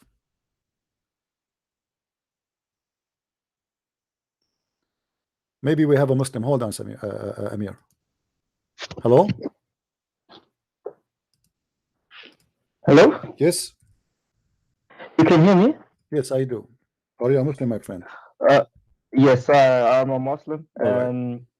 I want to talk about something because I found it very obvious because, for example, Al-Tabari 1, verse 90-91, it says that those that have wisdom, that has no wisdom, but talk about the Quran bad, will end up in fire.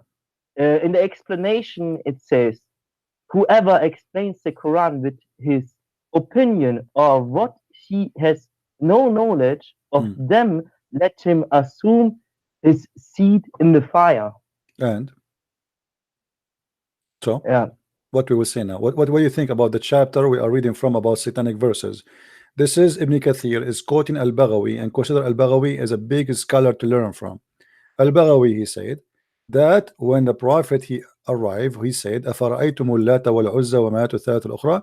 He said, did you see that? Do you consider that Al-Lat and Al-Uzza and the Manat, the third one? Satan he cast in his mouth تلك الغرانيق العلا إن شفاعتهن لترتجى. Those are the three flying daughters of Allah. They are their intercession is a must. فلما سمعت قريش ذلك فرحوا به. So when Quraysh they heard this, they were happy with this. And then فقرأ السورة كلها وسجد. وفي آخر السورة فسجد المسلمون بسجوده وسجد جميع من في المسجد من المشركين فلم يبقى في المسجد المؤمن ولا كافر إلا سجد. Translation. So the prophet when he mentioned that the three daughters of Allah, all the people of Quraysh they heard, those who they attended the place, and they heard that with him. So he bowed down and they bowed down with him, and nobody left. He did not bow down in the mosque, not even a believer or a pagan, except one. إلا الوليد ابن المغيرة. Can I also say it in Germany what we are written, and you give me in the chat the chapter and everything so that we can read together and I make the translation. All right. Is chapter 22, chapter 22, verse number 52. This is the interpretation of Al-Baghawi. Al-Baghawi, which Ibn Kathir himself is quoting him, which means he is his master.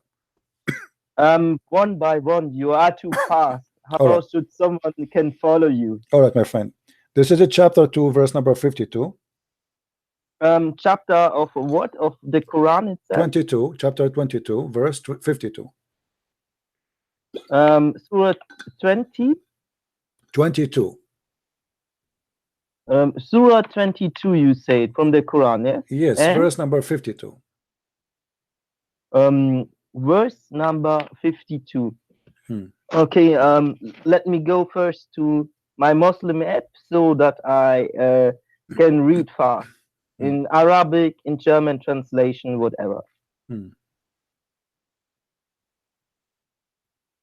If you have the time. No problem. I'm waiting for you. Are you ready?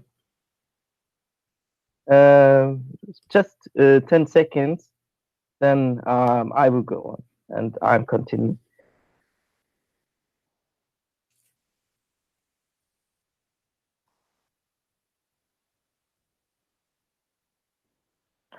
Surah Al-Hajj, right? Yes, verse number 52, Okay. interpretation of Never, Al-Baghawi.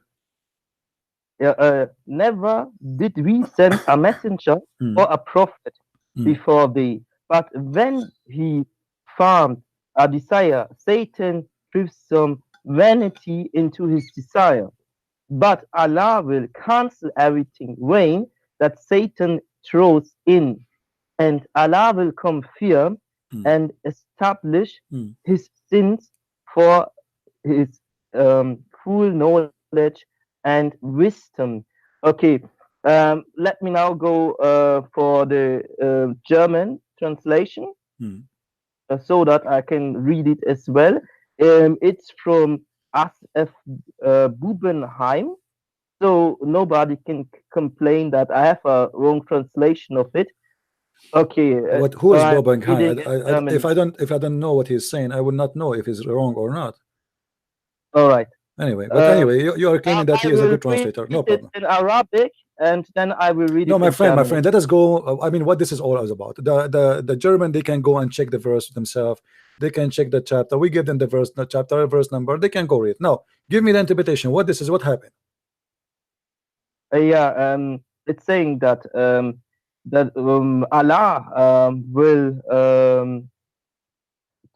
avoid the bad verses that Satan gave Muhammad clearly, or the prophet, the ascended. So it's confirmed. It's confirmed that Muhammad received satanic verses. Thank you. Yes. Okay. So now what we will do? How Muhammad receives satanic verses? That's mean Muhammad at this moment, he is a messenger of Allah and messenger of Satan at the same time. Yes. Are you a Muslim still?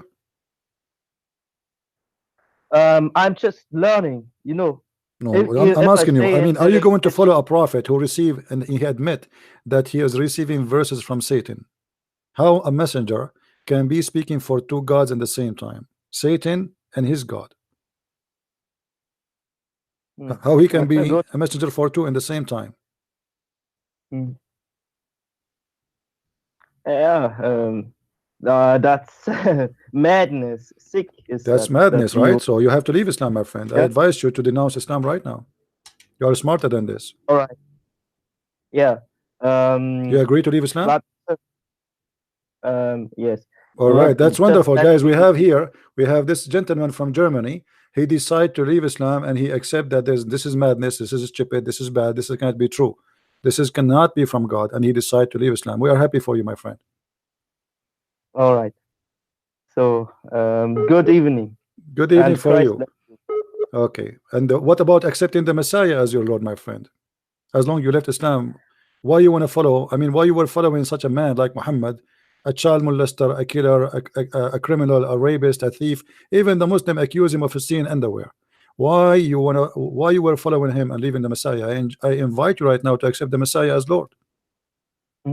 Yeah, I have one question because I found something interesting. In Russia and Poland, they are praying to pictures of a black Jesus, and in Africa, from the European, they got the white Jesus. But what was the true Jesus? Okay, let me answer you first. Let me answer you, my friend. All those pictures are drawing of a human being, and there's no Bible says that people they should draw anything.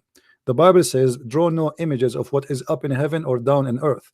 And this is what, yes, right? This is what the book of Genesis says. So when people they do that, this is their wrongdoing, because first of all, we do not know how Jesus looked like. Secondly, we don't care if Jesus looked black or white or Asian. We worship God. We don't worship a man who is blonde or black. So this is what people do. This is not what the Christianity. This is what people do. You commit sin, I commit sin. We cannot judge Jesus by someone, having a picture. So Christianity is not a picture, and Jesus is not a picture. Our Lord is a living God, and he have nothing to do with those pictures. Now, still in the same time, that present to you that Christians, some of the Christians, because they love the Lord, they love the Messiah, they come with the art. Art is not forbidden in Christianity, but it's forbidden for you to worship images. So if you worship an image, you are making a big sin. If you are drawing an image just to, like, let's say, because you love that person, still for me, especially if it's in religious meaning. For me, I believe it's very wrong, but still he is not being a bad person. He is, because he loved Jesus so much, he is doing that. But this is very wrong too. But still, I will leave that between him and the Lord. For the Bible says it clearly that we should not do such a thing. This is a mistake. This should not be done. Now they have their own logic, but this is not. But for me, if you want to focus on Jesus, my friend, I advise you. If you want to know about Jesus, go and ask Jesus. Don't speak about a Christian who is praying in front of an icon, because that will not change anything. Jesus is still wonderful. Jesus is amazing. Teaching is beyond imagination. And if I do wrong, I am the one doing wrong, not Jesus. Now, if there is anyone can say Jesus did wrong? No. Do you agree? No. Okay. So what Jesus have to do with the wrong I do? Let us say Christian Prince was a criminal. Let us say Christian Prince he's a rapist, or he is sleeping around, or what does this have to do with Jesus? This is a Christian Prince doing that. Correct? Have you ever made such a sin? To be honest, if you don't want to talk about it, it's your private thing. No, I'm saying, I'm giving an example. If I am a person who is a drug dealer, if I am a killer, if I am a rapist, if I am a whatever, if I am who I am, what does this have to do with Jesus? Nothing. Yeah. Right? I agree with you on that. Yeah. So if you wanna know about Jesus, not about me. We judge, even the Lord, he said, from their fruits you shall know them. And that goes the same to Jesus. From his fruit you will know him. So the fruit of Jesus is amazing, and this is why I invite you to accept the Messiah as your savior, my friend. Yes. Do you accept? I accept. All right, hallelujah, hallelujah. We have this brother. Hold, my friend. Let everybody hear the good news. We have this brother. He rejected Islam today after calling us, and he accepted the Messiah as his Lord, as his Savior. Hallelujah. I'm really happy for you. The Bible says a happiness will be in the kingdom of God for one soul go back to him. So you are my friend. Your name will be mentioned in the kingdom of the Lord, for you accepted the Messiah and you left Islam and you became a Christian. I'm so happy for you. Thank you. Okay. I have a next question. What do you know about the destruction of the nations of Israel? Because I believe that there was not one nation Israel, there were nations of Israel, and there were many. No, my friend, Israel is a nation of tribes. There are tribes. So all of them, but usually when we say the word Israel, we mean a person and his children. But the Jews are not really one tribe. There's many tribes. Same time, I advise you not to focus too much on the nation of Israel, because for a very simple reason. You see, God, he created all mankind. Is that correct? Yeah. Okay. Why you want to focus only in one group? In certain time, the nation of Israel. Let me explain to you. Let me explain to you. Don't focus in too much in stories which will not help you today unless they are useful. What does that mean? When I read the story about Adam, okay, I learned that Adam, he committed sin and he did not obey God, and look what happened. When I learned about the nation of Israel, they broke the command of God. I learned that Israel was not obedient to God and they were doing bad things, so God, he punished them. So I learned from the history what is going to help you today. This is what I need from their history. Otherwise, I do not need their history. I need to learn that if I am with God, God is with me. When I forsake God, God forsake me. So my advice to you, learn that from the history, that if you are with God, God will not leave you alone. But if you do what the Jews they did in the previous history, for they committed a lot of sin against God, God always, he is with them when they are right, and he is against them when they are not right. So learn from that history, but don't spend too much time talking about it, because you are living today and you are following the Messiah. The Messiah came. The Jews at their time, they are nation trying to survive. They are tribes trying to survive. You know that in the Bible is written that you have to be an apostle, and you have to look also for the lost children of Israel. And my friend, the Bible says any message of the Bible yes, is good, even if it means that you study etymology, not for a racist thing, right, but for a thing of realization. I agree with you. I agree with connection. you. I agree with you, my friend. Yeah. My friend, the lost soul, as you see now, you are not from Israel, right? You are not from Israel. And I just said to you that happiness will be in the kingdom of God because you accept Christ, correct? So lost soul is important not only for Israel. Jesus said, I came to my people and my people rejected me. So he came to people and people rejected him. But still, those same people, they are the apostle of Jesus. Because remember, from the Jews, we have a Christianity today. Because all the apostles of Jesus, they were Jews. So yes, he came to his people and they rejected him, but still there's many of the Jews, they accepted him, and they are the one who brought the teaching of the Lord to us. So we are still grateful for the nation of Israel and for the Jews, but it is God is not about the Jews.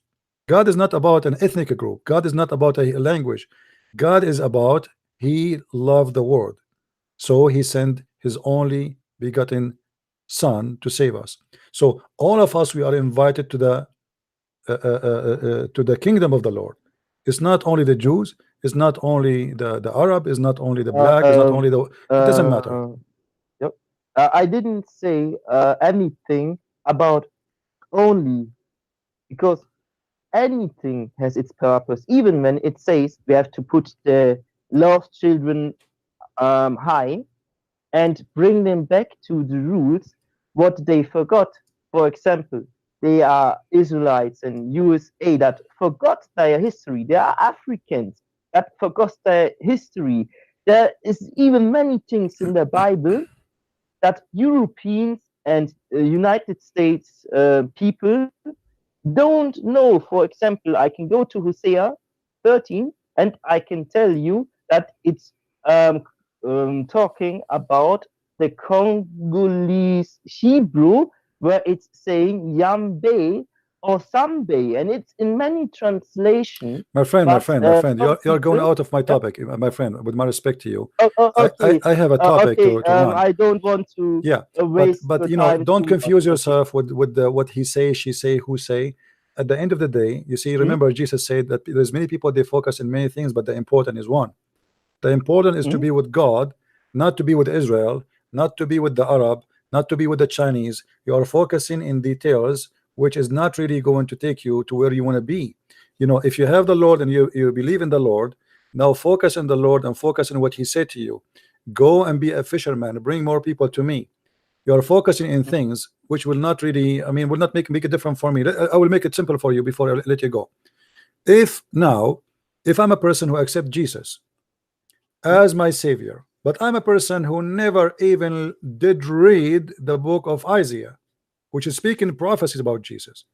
I never even read the book of Genesis, which is speaking about God, how he created the world, and even prophesying of Jesus, as we see in Genesis chapter 5. If we go and I did not read the book of Zechariah, if I do not read here and there, but I saw the Messiah and then I accepted him, am I a Christian or not? Yes, I am. So knowing the Lord, he said, bless those who believe and did not see. Knowing is good, but don't focus in knowing, forgetting what you want to know. If you believe in the Messiah, you know the Messiah. Some people, what they do, they focus in studying to know, but they forgot why they want to know. So that the purpose is like somebody going to the kitchen to learn how to cook, but he don't want to cook. But the purpose is to go to the kitchen is to cook, not to learn how to cook only. This is why the kitchen is a kitchen. So we don't want to be the same kind of people. This is what the Muslims do. The Muslims, they focus on stupid things. We focus in things which is important. A Muslim, he focus if the Prophet, he shake his penis 3 times or not. Who care? I mean, why even to know? The Prophet, he used to clean his ass with the 3 rocks. No, let me tell you. I'm saying that there's some kind of, sometimes people, Muslims, we don't want to be the same as the Muslims. Muslims, they focus in knowledge, but it's a stupid knowledge. Who care if Muhammad cleaned his ass with 3 rocks or not? Why I need even to know that? Who care if the Prophet, he used to pray before he have sex with his wife? Who care if Aisha, she put her hand in the panty of the Prophet? Why I need to do that? So this is a knowledge too. This is a knowledge, but this is a knowledge for someone like me, specialist, to defeat Islam. But for you to know the Lord, focus in knowing the Lord by knowing his teaching. History can help me to understand what happened in certain time, what happened to this gentleman, what happened to this tribe. That's good. But the Lord is what is important. It's not Musa's. talk about something, because there was one guy, Iliana Chan. He was a Christ, Yeah. and he said for 2 days, I become a Muslim, and I don't believe these things. I think myself, what happened? Why he want to use knowledge of Muslims and atheists to now attack the Bible? He defended, and for me, that is a reason why, because Muslims are very busy to defeat another scripture, but they on themselves can't defend their own if we know too much. But for our purpose, it's important to know the history of the Bible completely, because then where is the point to attack it? You see always truth somewhere. Yeah, this guy, I understand that his wife, she gave him a problem, or his girlfriend, and then she want to seek revenge. She went to a Muslim. She said she converted to Shahada, and then after a week he followed her, but he was not accepting. So obviously there's something fishy there between them. We do not know what the problem. But anyway, for me, he is not important really. This is his business. The people, they choose, they leave, they come. There's no loss for Christianity if somebody leave Christianity. If the whole world left Christianity, that will not affect Jesus. You see, in the time of Jesus, there was 12 apostles, correct? Okay, 12. Let's say, for example, Hold on. 10, because hold on. No, don't say 10. Don't say 10. No, they are. Okay. Anyway, one of them, he betrayed Jesus. Is that correct? Yes. But is that it affect Jesus? No. Jesus is still Jesus. Who is he? So you can be the one who is called Judah, and there's many Judah around us who change their color, they change their religion, they change their names, they change who they are. This guy, he converted today, he will leave tomorrow. It's not important for me. I'm not going to waste my time with him. I fight for the truth, not for a person. I fight with knowledge, not for a person. So who leave, who come, he will go. You just accepted the Messiah. This is not an issue. If you accept him, you are the winner. If you don't accept him, you are the one who will be loser. Not me, not him, not the Messiah. So for us, we focus on what is important. This is what I want you to do. Don't let them waste your time. They are using him for their propaganda, but soon they will dump him. They will not even mention his name. This is what they do with the one who convert to Islam. First a few days, they make you a superstar. They invite you for interview. They make you attack, and then after that they dump you, and then after a few months the guy will find that nobody care for him, and then he will leave Islam. And this is what happened to the most of those who convert to Islam. In the beginning they look like superstar, everybody invite you, everybody praise you, Allahu Akbar, this person became a Muslim. But then after a few weeks you'll find yourself you are no one. You just became a Abdul who now have to shake his penis 3 times. You have to clean your ass with 3 rocks, and you have to bow down to a God which you cannot know, and you have to face the Qibla, which is impossible to face, and he have to do what pagan people do. As an example, I challenge this guy who converted to Islam to go to the Kaaba and take a selfie of himself kissing and licking the black stone. You are converting to paganism, not to God. This is a pagan religion based on a stone. They pray in the front of a stone. They go around the stone. They kiss a stone, and they praise God of the stone. And if this is not what paganism is, then what is paganism? All right, my friend. Thank you for calling. I have many people trying to call, so thank you for being with us, and may the Lord bless you. All right.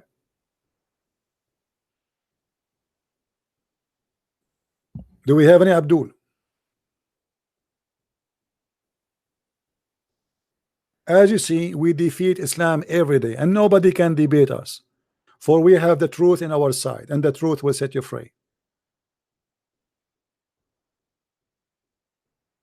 They said Al-Baghawi.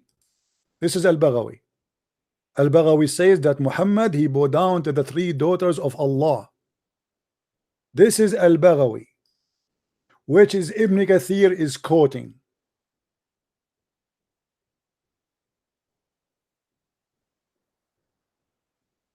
Who's next? Who is a Muslim from Germany? Here we go. We receive a phone call from a Muslim from Germany, and then he left Islam. Happy for you. A call before him, he left Islam. Happy for you. So now today we have 2 in less than 3 hours. Who is going to be the third? Who is going to be the third Muslim who want to call me, and let us see if you can stand still and you don't leave Islam? Who want to do that?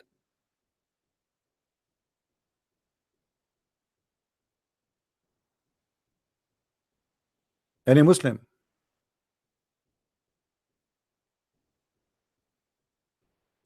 They try to make it as a comedy, like the guy who called me and he says, haha, okay, relax, relax, Christian Prince, relax.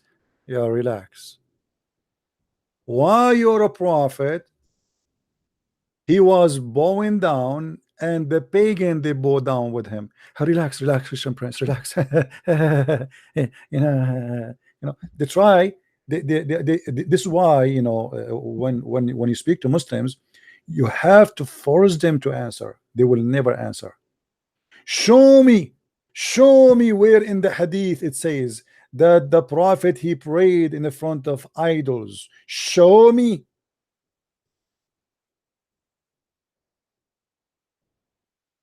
I showed you. This hadith is about Muhammad praying in the front of the pagans, and he's praising their gods, and this is what made them bow down. They bow down because he mentioned their gods' names with the glorious quotation. They bow down because he mentioned the gods, the three daughters of Allah, the flying carpet of Allah. And when they heard him saying great things about them, that Allah wal Uzza,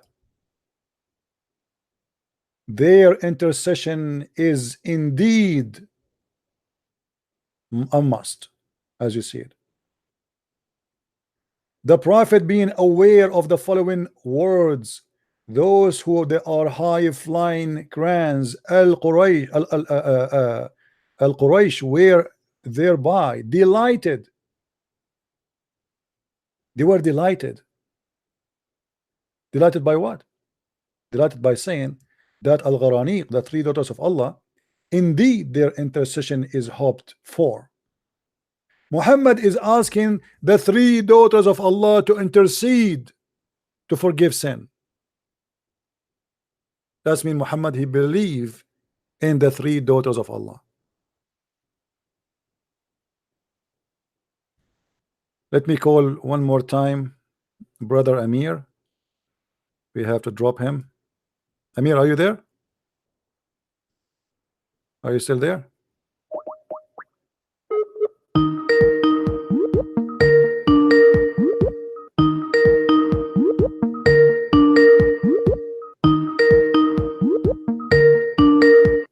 Hello? Amir. Hello. How are you? I'm fine. I called the wrong person. Sorry. All right. You are a Muslim, right? No. It was the guy I called before. That talk about Christ and everything about the nations and all this. Sorry. Forgive me. I was trying to call Amir. Sorry, it's my mistake. Sorry. Yeah. Right. Can you make team speak? Because I could tell you something that make it easier to talk with more people on the same time while you have the debate. Yeah, but you know the problem, they have to be in my. I have to add them to my list to join the conversation. Give me. Yeah, but I did not add them. You know, people they are calling me without adding me. I'm not adding them. People just call. I have like thousands of people in my Skype. It's endless. You know. Yeah. All right, thank you, my friend. Thank you for. I'm sorry for calling you a mistake. Thank you. Where is Amir? Amir. Maybe Amir is gone.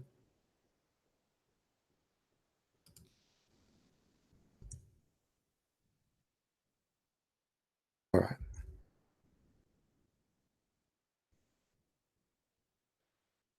People, don't forget, please, to subscribe. As you see, Muslims are in disability, and Islam brought nothing but shame to the Muslims. This is why they cannot prove us wrong. They said we are lying, and actually, I want to say thank you for saying that, because by doing that, we did this study, and which is confirming everything we say. Hello. Hey, Christian Prince, you're speaking with Rob Christian. I hear you, my friend. How are you? I'm fine, my friend. How are you? I'm all right. Thank you for this great topic, and thank you for showing the truth to the early Muslim who just left Islam, and all for the glory of Christ. My friend, thank you. I Amen. want you to make a comment about what you see in the screen about Jalalain. What do you think about what Jalalain is saying? Go ahead. Well, Jalalain is reporting what truly happened, and Ibn Kathir, Al-Qurtubi, Al-Tabari is not the only one, right? And you know, me and you, we know we both can read Arabic. It's the right translation. So Muslims cannot deny it. You know, if you're going to deny it, then collect all these books and call. And if you're a man enough, come on TV and say Al-Tabari is a scumbag. Say Al-Jalalain is a scumbag. Ibn Kathir is a scumbag. Why are they not doing it? Why are they not burning their books, right? So that's my opinion about it. Can you still hear me, my friend? I can't hear you anymore. Hello? Christian person, I can't hear you. Maybe you can call me back or something. Let me try call you back.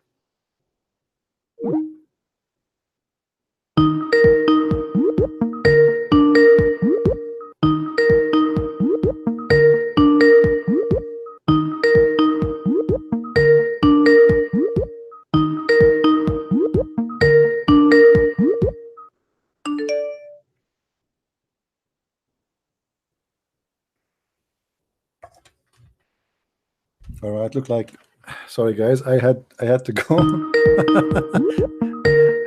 he thought I'm not here. I can hear you from far actually. Hello?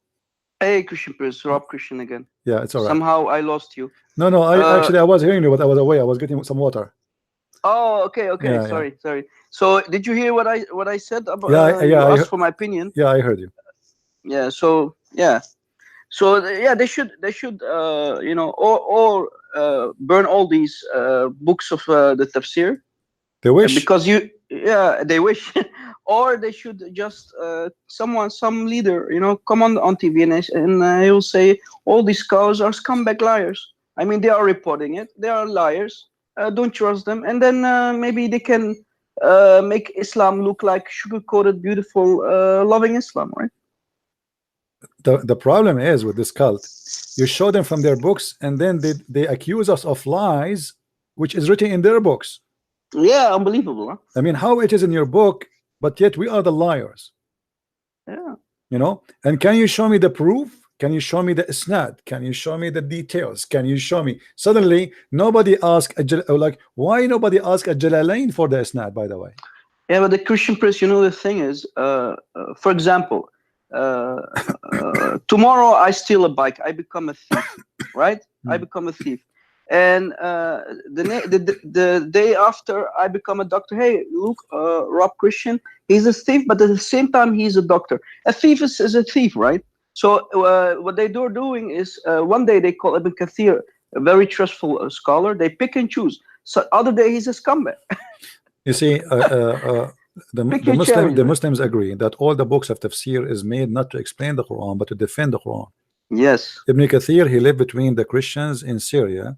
And the Christians in Syria, they got Islam busted, big deal. So Ibn Kathir trying to defend, is not explaining, because nobody needed Ibn Kathir anyway. Already there's many interpretation before him.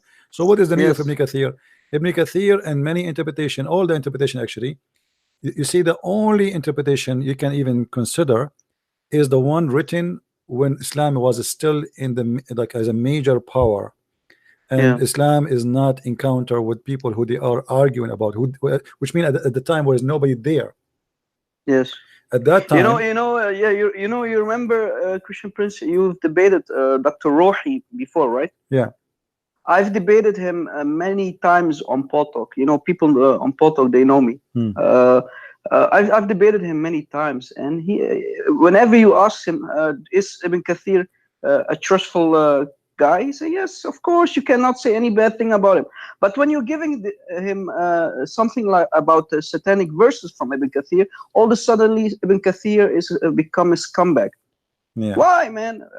Are you picking what is good and what is bad from Ibn Kathir? Either he's a scumbag. When I debated with him, he said that tafsir is made to fix a problem, and he is right. Yes. The tafsir is made to fix a problem, and the problem is Muslims are are, they need somebody to defend the stupidity of the Quran and the stupidity of the stories about Muhammad, and the tafsir job is to do that, not to explain the Quran. After all the explanation of the Quran, as you see, the more you read interpretation, the more confused you will be. So what's the point of the interpretation? Yes. Yeah, but the thing is, so I want to tell you something, Christian Prince. You're doing a wonderful job, and guys, please share these videos. These are very important times. Why? Here's why. If you look around on YouTube, Christian Prince, at this moment, the Jews in Israel are rebuilding the Temple of Solomon. They are rebuilding it. So that means very soon the Antichrist will come, because the Bible is very clear about it. Whenever you're going to rebuild the temple for the third time, and there is a big plan, you have the blueprints for it at the moment. The Jews are doing it. So guys, be ready. The Antichrist will come very soon. Well, I cannot speak about the future. I will leave that to God. The Bible gives us tons of prophecy, and one of them is not the reason for things to happen, but it's one of many prophecy have to be accomplished first. But Christian Prince, they already started to burn and to sacrifice animals. The blueprints are already there, and you can find it all over YouTube. So guys, if you are interested about this, these are very but they did not get exciting they times. did not get the temple back. They did not get. Still, it's the Muslims in the top of the temple. True, but they will kick out the Muslims very soon. Well, until that happen, we will see. We'll see. All right, my friend. Thank you very much, Christian Prince, and hi to everyone in the chat. And guys, please support Christian Prince. And thank you very much. God bless, my friend. Thank you. Take care. Bye-bye.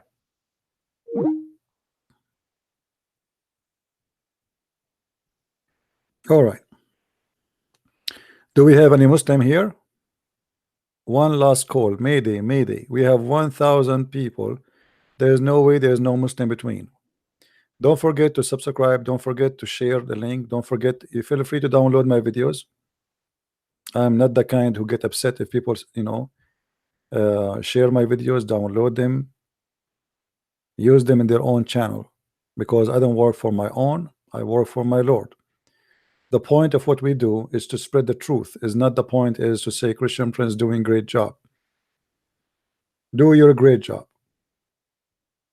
By just copying the video, posting them, you never know. Somebody will watch your video and he will leave Islam. So you get the blessing of the Lord. Even though you are not the one who spoke there, even though you are not even mention a word, just because you took it, you posted, you reposted, people saw it, somebody was guided. It is you who help him to see the truth. All right. You are not a Muslim, you can call. No, actually, I don't want more calls and less from Muslims. You see, the reason I want Muslims to call me, I want to always, we don't do what the Muslims do. If you notice, when Muslims, they have their own TV show or etc., it's a monologue between two Muslims, and the Christians, why Jesus cannot be God? Okay, why? Because God cannot be born. Who said God cannot? The second you say God, he cannot, it's mean he cannot be God. Secondly, God is always exist. Okay, who said that God is not always exist in Christianity? Jesus says before Abraham I am, which means before I was born I am.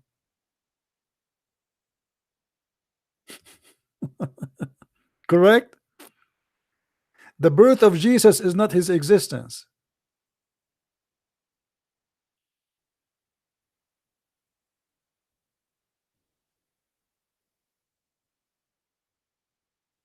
Who said that the birth of Jesus is his existence? That is a stupid analogy. You see, when you want to debate about someone about his belief, debate him about his belief, not about what you think. When I say to the Muslim, why your prophet, you say to me your prophet is not a pagan but he kisses a black stone, and you are not able to answer. This is not my problem, this is your problem. A person who's against paganism, he should not be kissing stones. A person who is against paganism, he should not accept that there's such a religion where we pray around a stone, we believe that a stone can suck our sin, by touching a stone our sin is erased. This is obviously, it is a pure satanic paganism religion. They speak too much about fighting paganism, but the fact everything they do is paganism.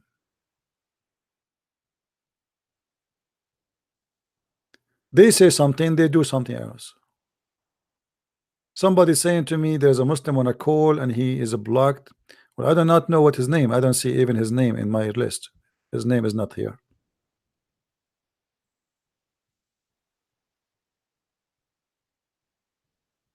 I don't see such a name.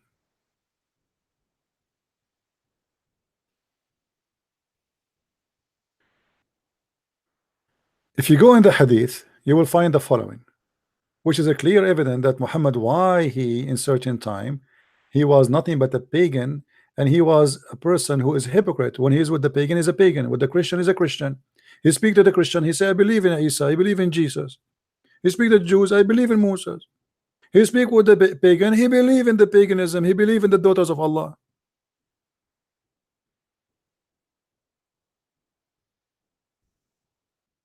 In the hadith it says the following.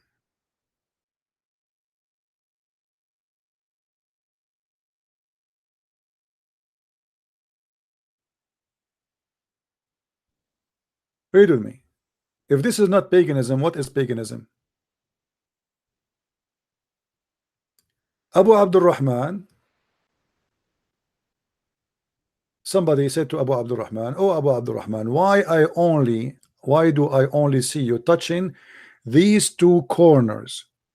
He said, I heard the messenger of Allah say, touching them erase sin.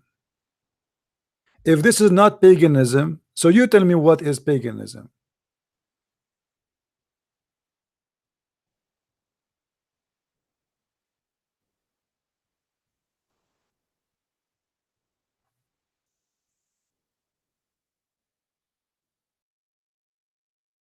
The guy who said to me, unblock this guy, unblock that. I just answer you. I cannot find him. Stop texting me,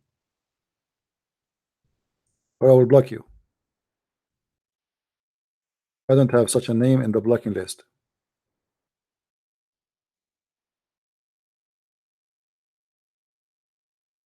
Any Abdul? How touching stones is going to erase our sin?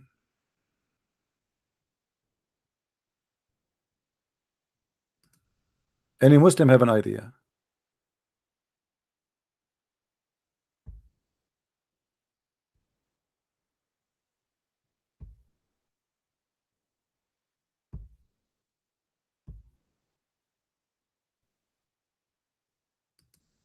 Anyone?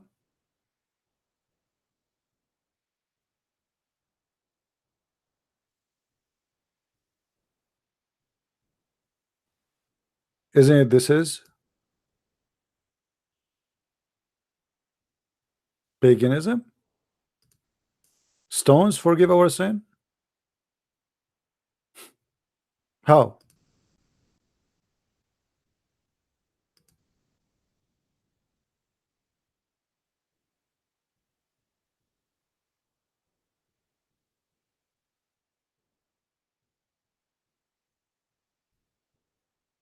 Who is a Muslim from Germany when I call us today?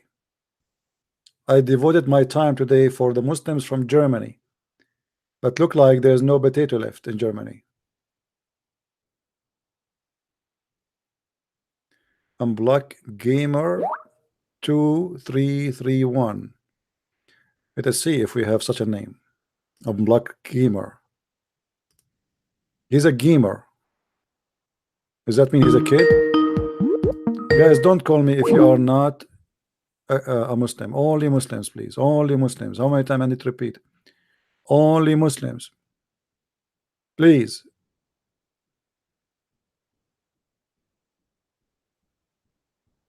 Let us see gamer. You said gamer, right? Gamer. There's no gamer. Your gamer is a liar. Those all the names start with the letter G. Do you see it? There's no gamer. Your gamer, is a potato. He's a liar. And there is no such a name, Sinela T1, whatever. I can show you the list. So what parts does Christianity make sense? Hey, Muhammad, why you don't call me? Let's talk about that. What makes sense in Christianity? That's a good question.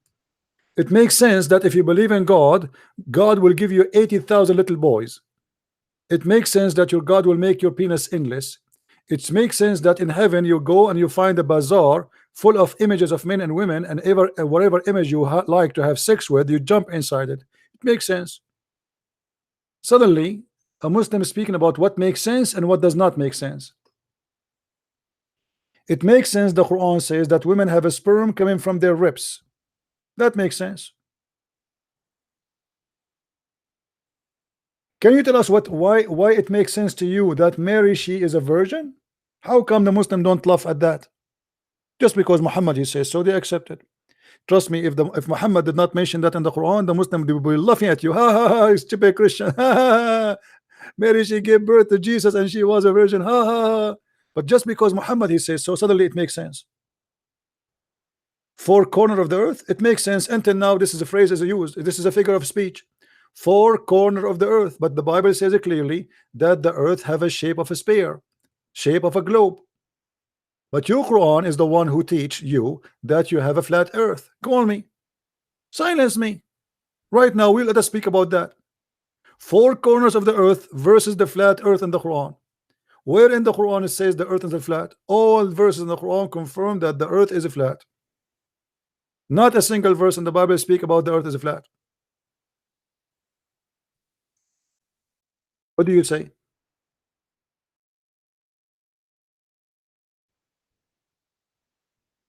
Huh? What do you say, my friend?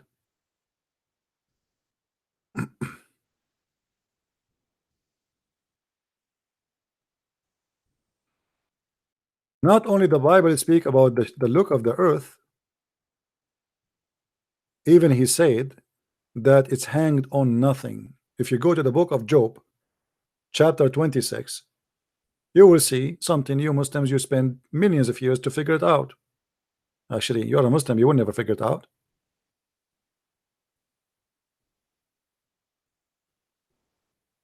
Is that true? Or we are making things up?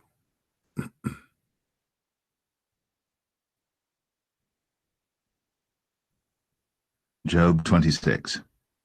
But Job answered and said, How hast thou helped him that is without power? How savest thou the arm that hath no strength? How hast thou counseled him that hath no wisdom? And how hast thou plentifully declared the thing as it is? To whom hast thou uttered words, and whose spirit came from thee? Dead things are formed from under the waters, and the inhabitants thereof. Hell is naked before him, and destruction hath no covering. He stretcheth out the north over the empty place, and hangeth the earth upon nothing. He bindeth up the waters in his thick clouds, and the cloud is not rent under them.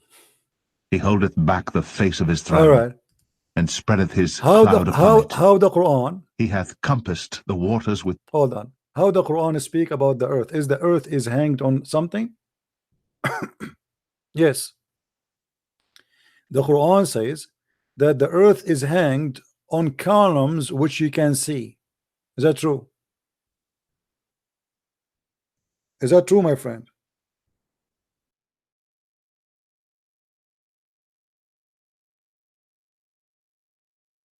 Let us go and see and love together.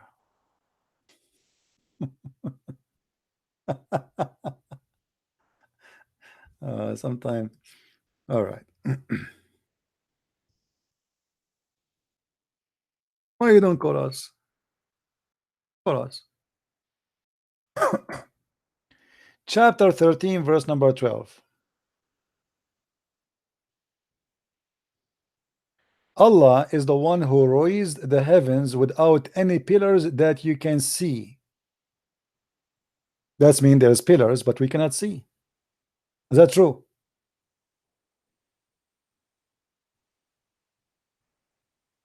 Who is a Muslim when I refute that?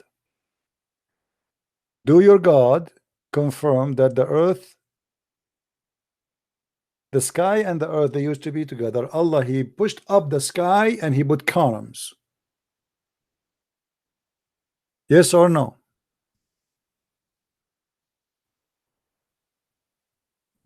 Yes or no?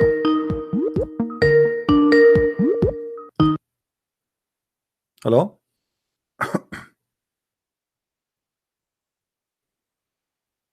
Hello?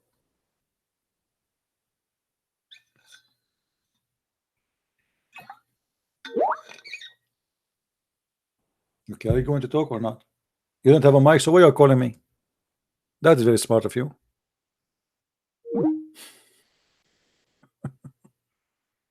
This guy, he want to debate, he don't have a mic. I mean, look at the Muslims.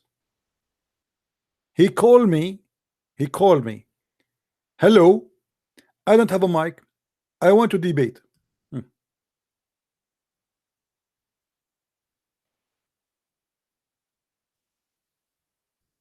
What a comedy.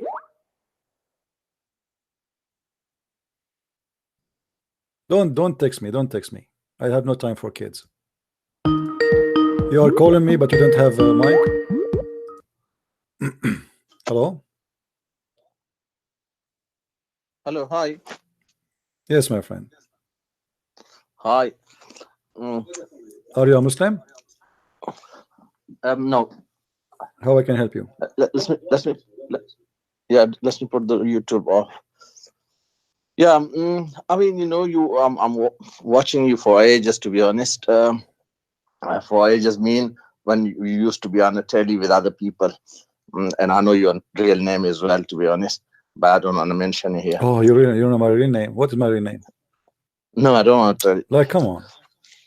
Osama Dakduk. My name is Osama Dakduk. Wow, Osama Dakduk. I am Osama Dakduk. Okay. And? Okay. So yeah, how you know that's nice this is my name? How you know? I know that, sir. Please. How you know that? I've been watching you for maybe 5 years now. Okay, my friend. Okay. I have no time for kids. Osama Dakduk is a different person. I don't like stupid talk. You can go watch his video. Osama Dakduk is a Christian minister. He have a church. I am not a priest. Who is a Muslim wanna call me?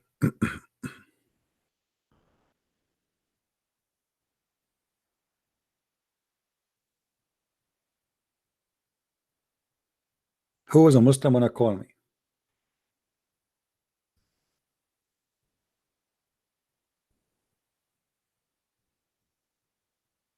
Anyone?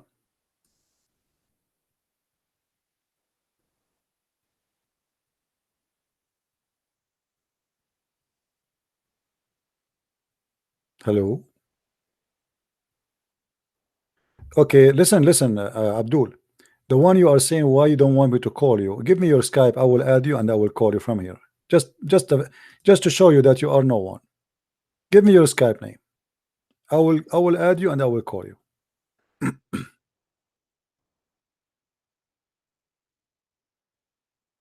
The guy with his name, Cylinder, whatever. What's his name?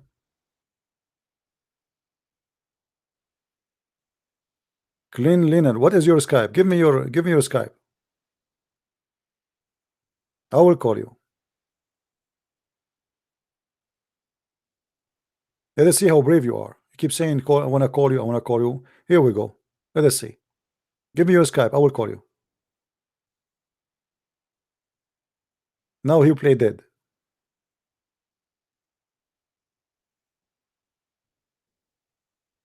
Give me your Skype name. How I'm going to call you? Give me your Skype name.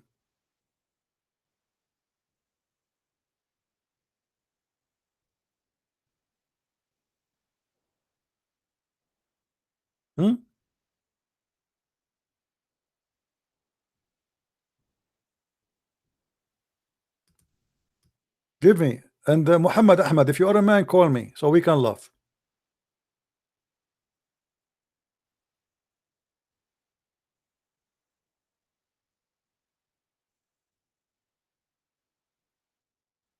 I have to attack Islam to make Christianity look good? I don't have to, my friend. Islam itself, except Islam says that Christianity is the truth, and the proof in front of you in the Quran.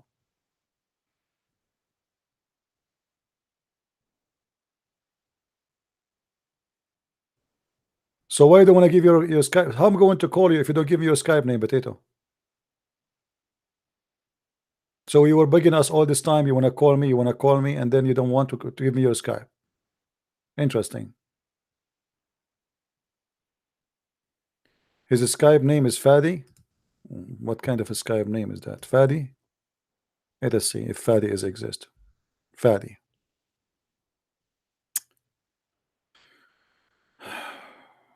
Fadi.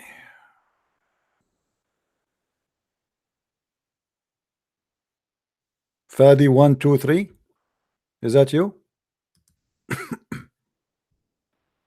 Okay, if this is you, call me. There was a name, Fadi 123.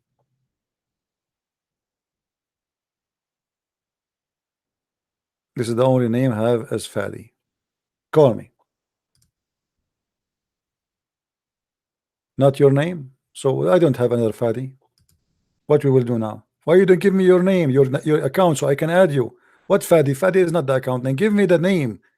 What is your name to find you in Skype? This is the last time I will ask you. I'm not going to waste my time. I'm not a kid. So either you give me the name, how to find you, and I will call you, or I will send you free shipping and handling to Allah.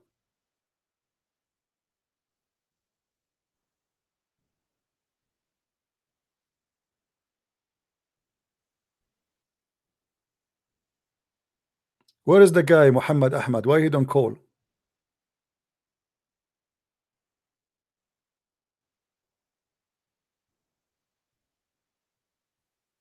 Muhammad Ahmad, where are you? Why you don't want to call me, my friend?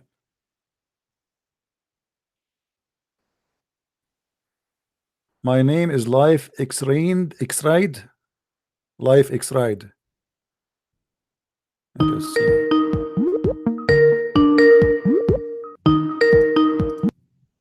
Hello? Hello? Yes. Hello, Christian Prince. Yes, my friend. Go ahead. Yes, I've been actually trying to get hold of you for a while. I'm actually an ex-Muslim, and I actually have a question to ask you. All right. My question is regarding Muhammad. He become Muslim when he was 40 years old, yeah? And since then, he's actually ordered all the Muslims to be circumcised. Yeah? Mm-hmm. I'm just wondering if has he ever been circumcised? No, he's not. Muhammad himself? Never. No? Never. What about Abu Bakr? There's no mention Ali. of any of them. None of them did that. There's no mention of them. So none of them were actually circumcised. Yeah. And I never Muslim heard. world. For me, up to my knowledge, I never heard that Abu Umar or Abu Bakr or anyone was circumcised. Even Muhammad himself, he did not. Yeah, that's right. Because I've actually checked myself in the Sirah, in the Hadith, and I never found anywhere any record of them being circumcised. Yeah. So so you haven't heard of this either. No, I never encounter. The Quran says, "Inni mutahhiruka."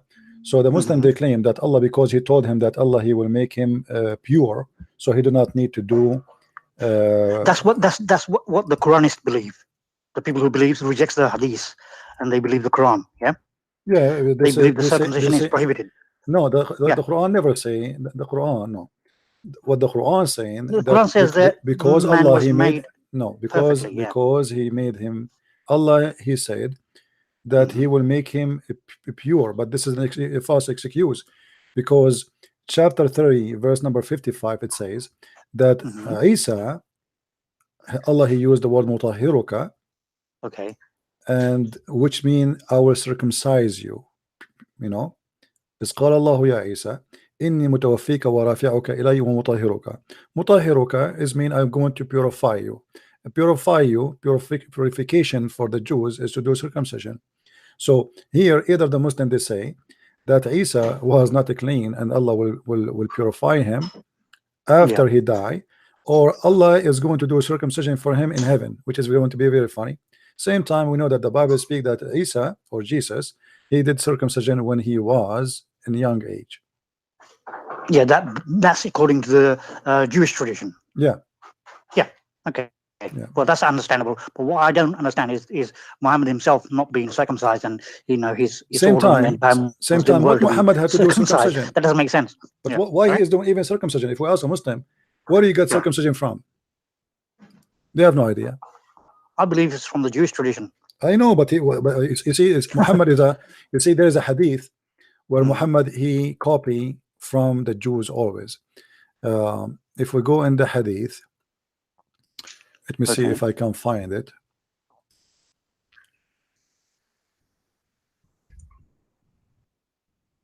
Is it clearly with the clear words?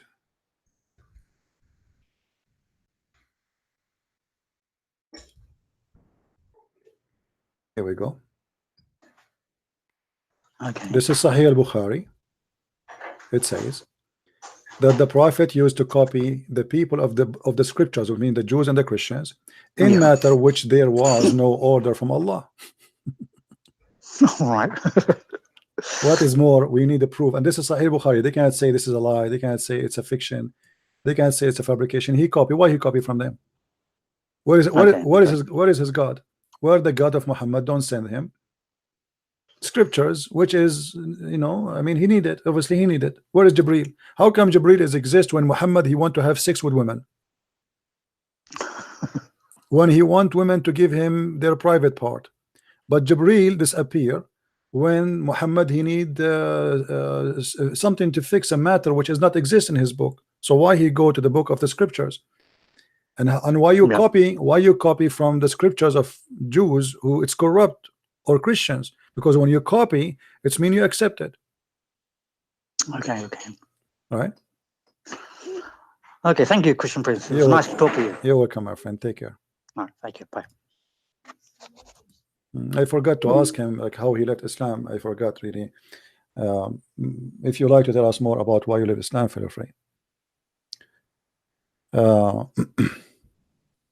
I mean, do you want more clear evidence that Muhammad is a thief? Where is his God? The book of the Christian is corrupt. The book of the Jews is corrupt, and the Prophet of Islam is copying from the corrupt.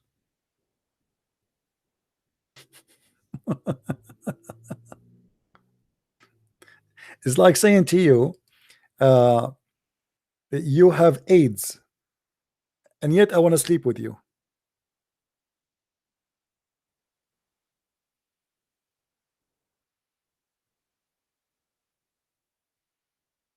Who is the stupid here? Do we have any Muslim?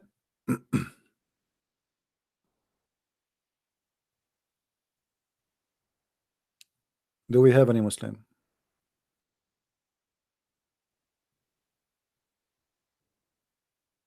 Everything Muhammad he have is a copy paste. If you remember, Muhammad once, a Jewish guy,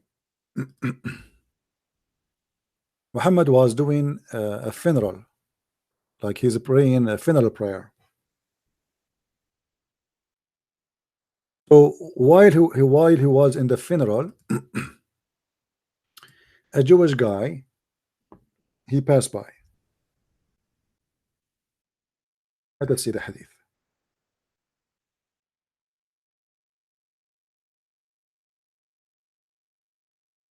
Which will show you right away that Muhammad is nothing but a scam. The Messenger of Allah used to stand up for a funeral. He used what? To stand up, used. Focus with the word used. Used to stand up for a funeral until the corpse was placed in the grave. A learned Jew, which means a rabbi, once passed by him and said, "This is how we do it." What he said? "This is how we do it." What the Prophet said? "Sit down, sit down, sit down, sit down, sit down, sit down, sit down, immediately sit down. Act differently, act differently.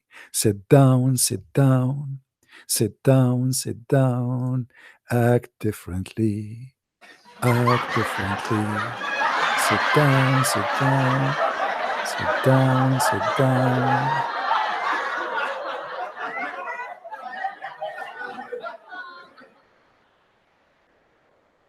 Muhammad right away he noticed that he got busted. The Jews, he just said to him, this is how we do it. All what the Jews said to him, nothing. He just said, this is how we do it. This is how we do it. What Muhammad did?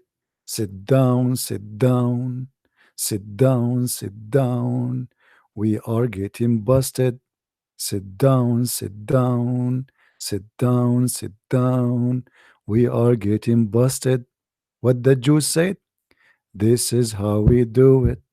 This is how we do it. The prophet of God, he changed the way he do things just because the guy he said this is how we do it. What if Muhammad he was eating using his mouth? What Muhammad will do? Will eat from different place?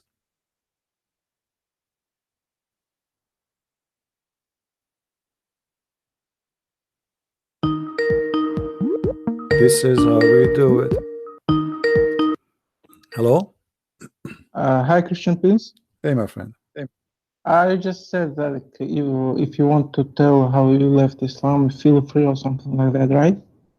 Yeah, okay. Right.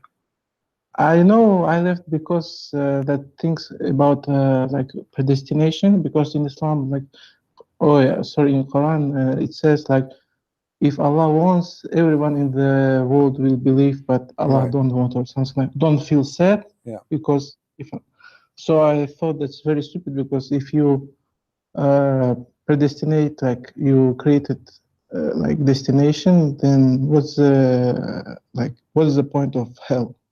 Yeah, well, there's tons of problems, but I understand this is one of your reasons. And like you just showed how Rabbi what's called, debunked Muhammad, right? Like he was praying, and Jewish rabbi said, yeah, this like, is when he said to him that you are doing shirk, you are mushrik, right? You are a pagan.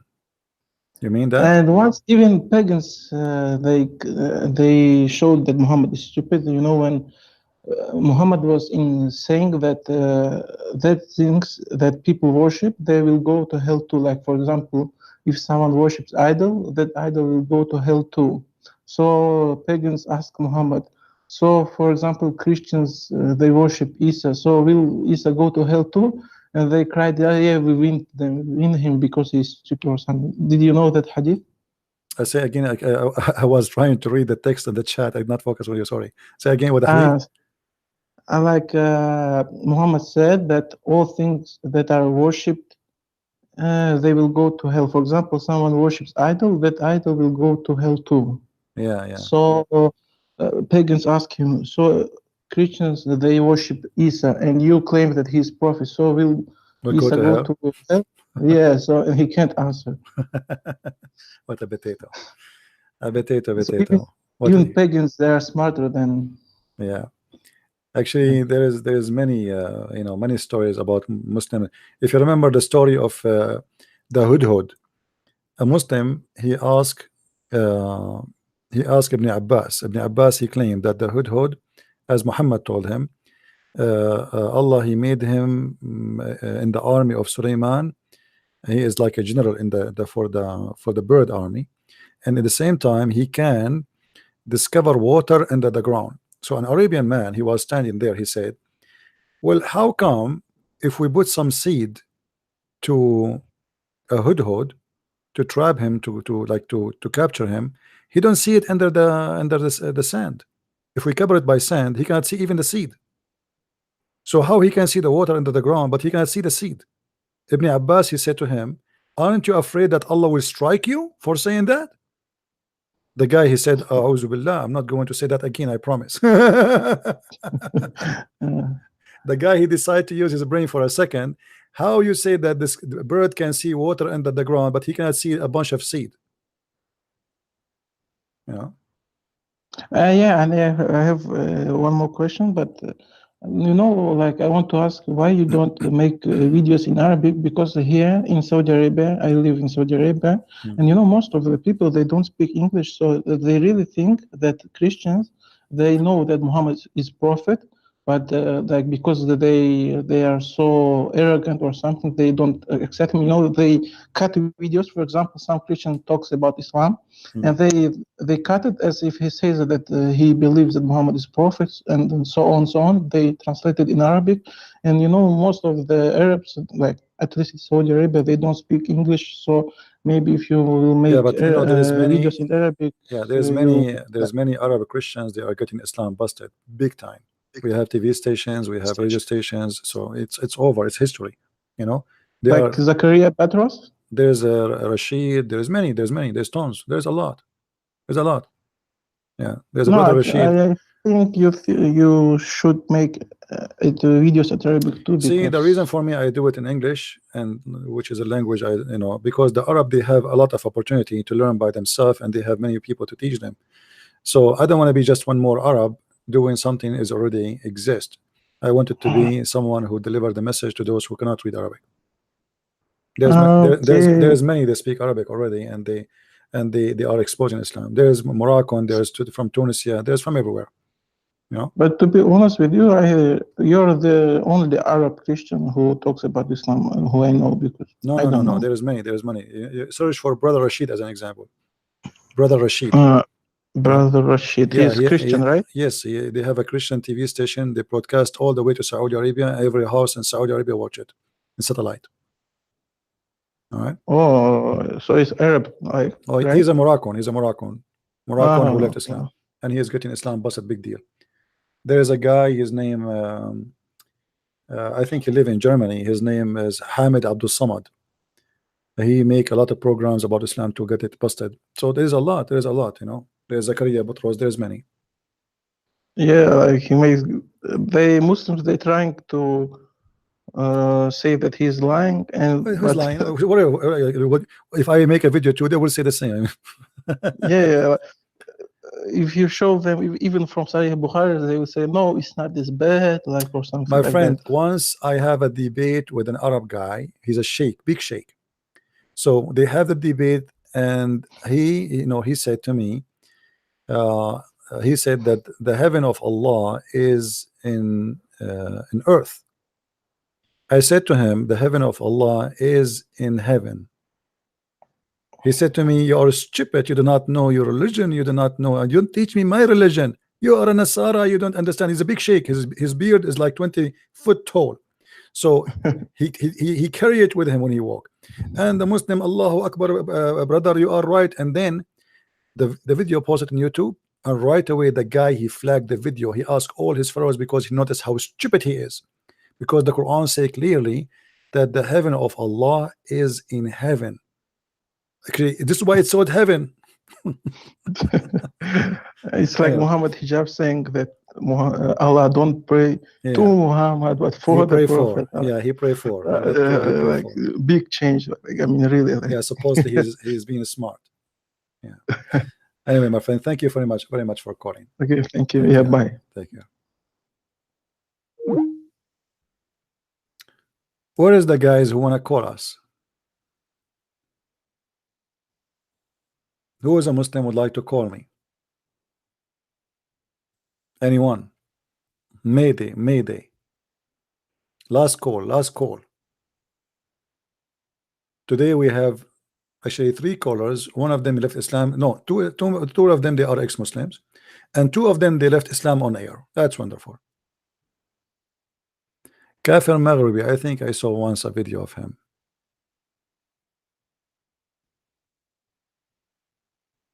X-ray dead. Let me see this.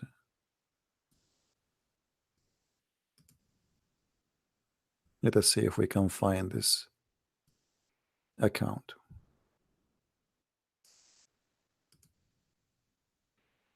X is going to be at the end. There's no X. You see, this is the name of. You see, they lie. I mean, what I can do. This is the only name start with X is in the blacklist. What I can do? XYZ, XYZ. And usually I block people only if they are trashy. I don't block them for they are debating me.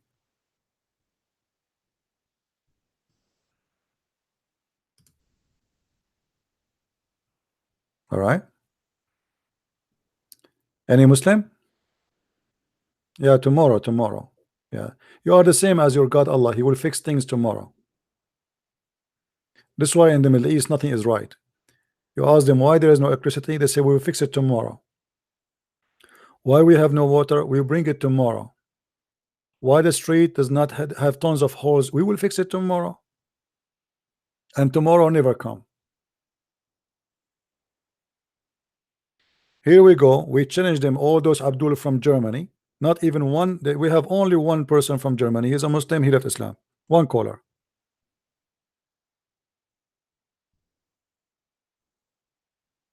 Where is the rest?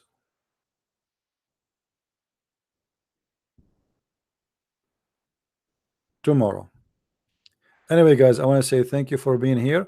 Don't forget, please, to subscribe. Tomorrow we will be live on air again. And Enter, we see you soon again. I say that we always victorious because we are not teaching lies. Muslims, they try to defend by lying. And that is a clear evidence that Islam is a false religion. Ask yourself why Muslims they lie if Islam is a true religion. People who follow the truth should stick with the truth. When the Muslims accuse Ibn Kathir to be a liar, they're accusing Ibn Kathir to be a liar. That means Ibn Kathir is a liar. When at Jalalain he said the Prophet he bowed down, then and they accuse Ibn Jalalain to be a liar, that means you Muslims are liars. If this is your best of you, the scholars saying that, what about the non-scholars? They are in a chaos and they cannot explain what's happening. So they start accusing their scholars that they are just a human. They make mistakes. Yeah. A Christian prince, you cannot make mistake. A Christian prince, if he make mistake, the Muslim will torture him. But the scholars of Islam, they make mistakes. And mistakes about what? About God, about their prophet. All of them, they make mistakes. Not a single scholar for the Muslim is a scholar no more, because they are human. Any human make mistakes. As if their prophet is not a human. Do the prophet make mistakes? No way. But I thought he's a human. Even the Quran says Muhammad is a big time sinner. Thank you very much, guys, for being here. Until we see you soon again, maybe tomorrow. Christ is Lord, Islam is false. And see you soon.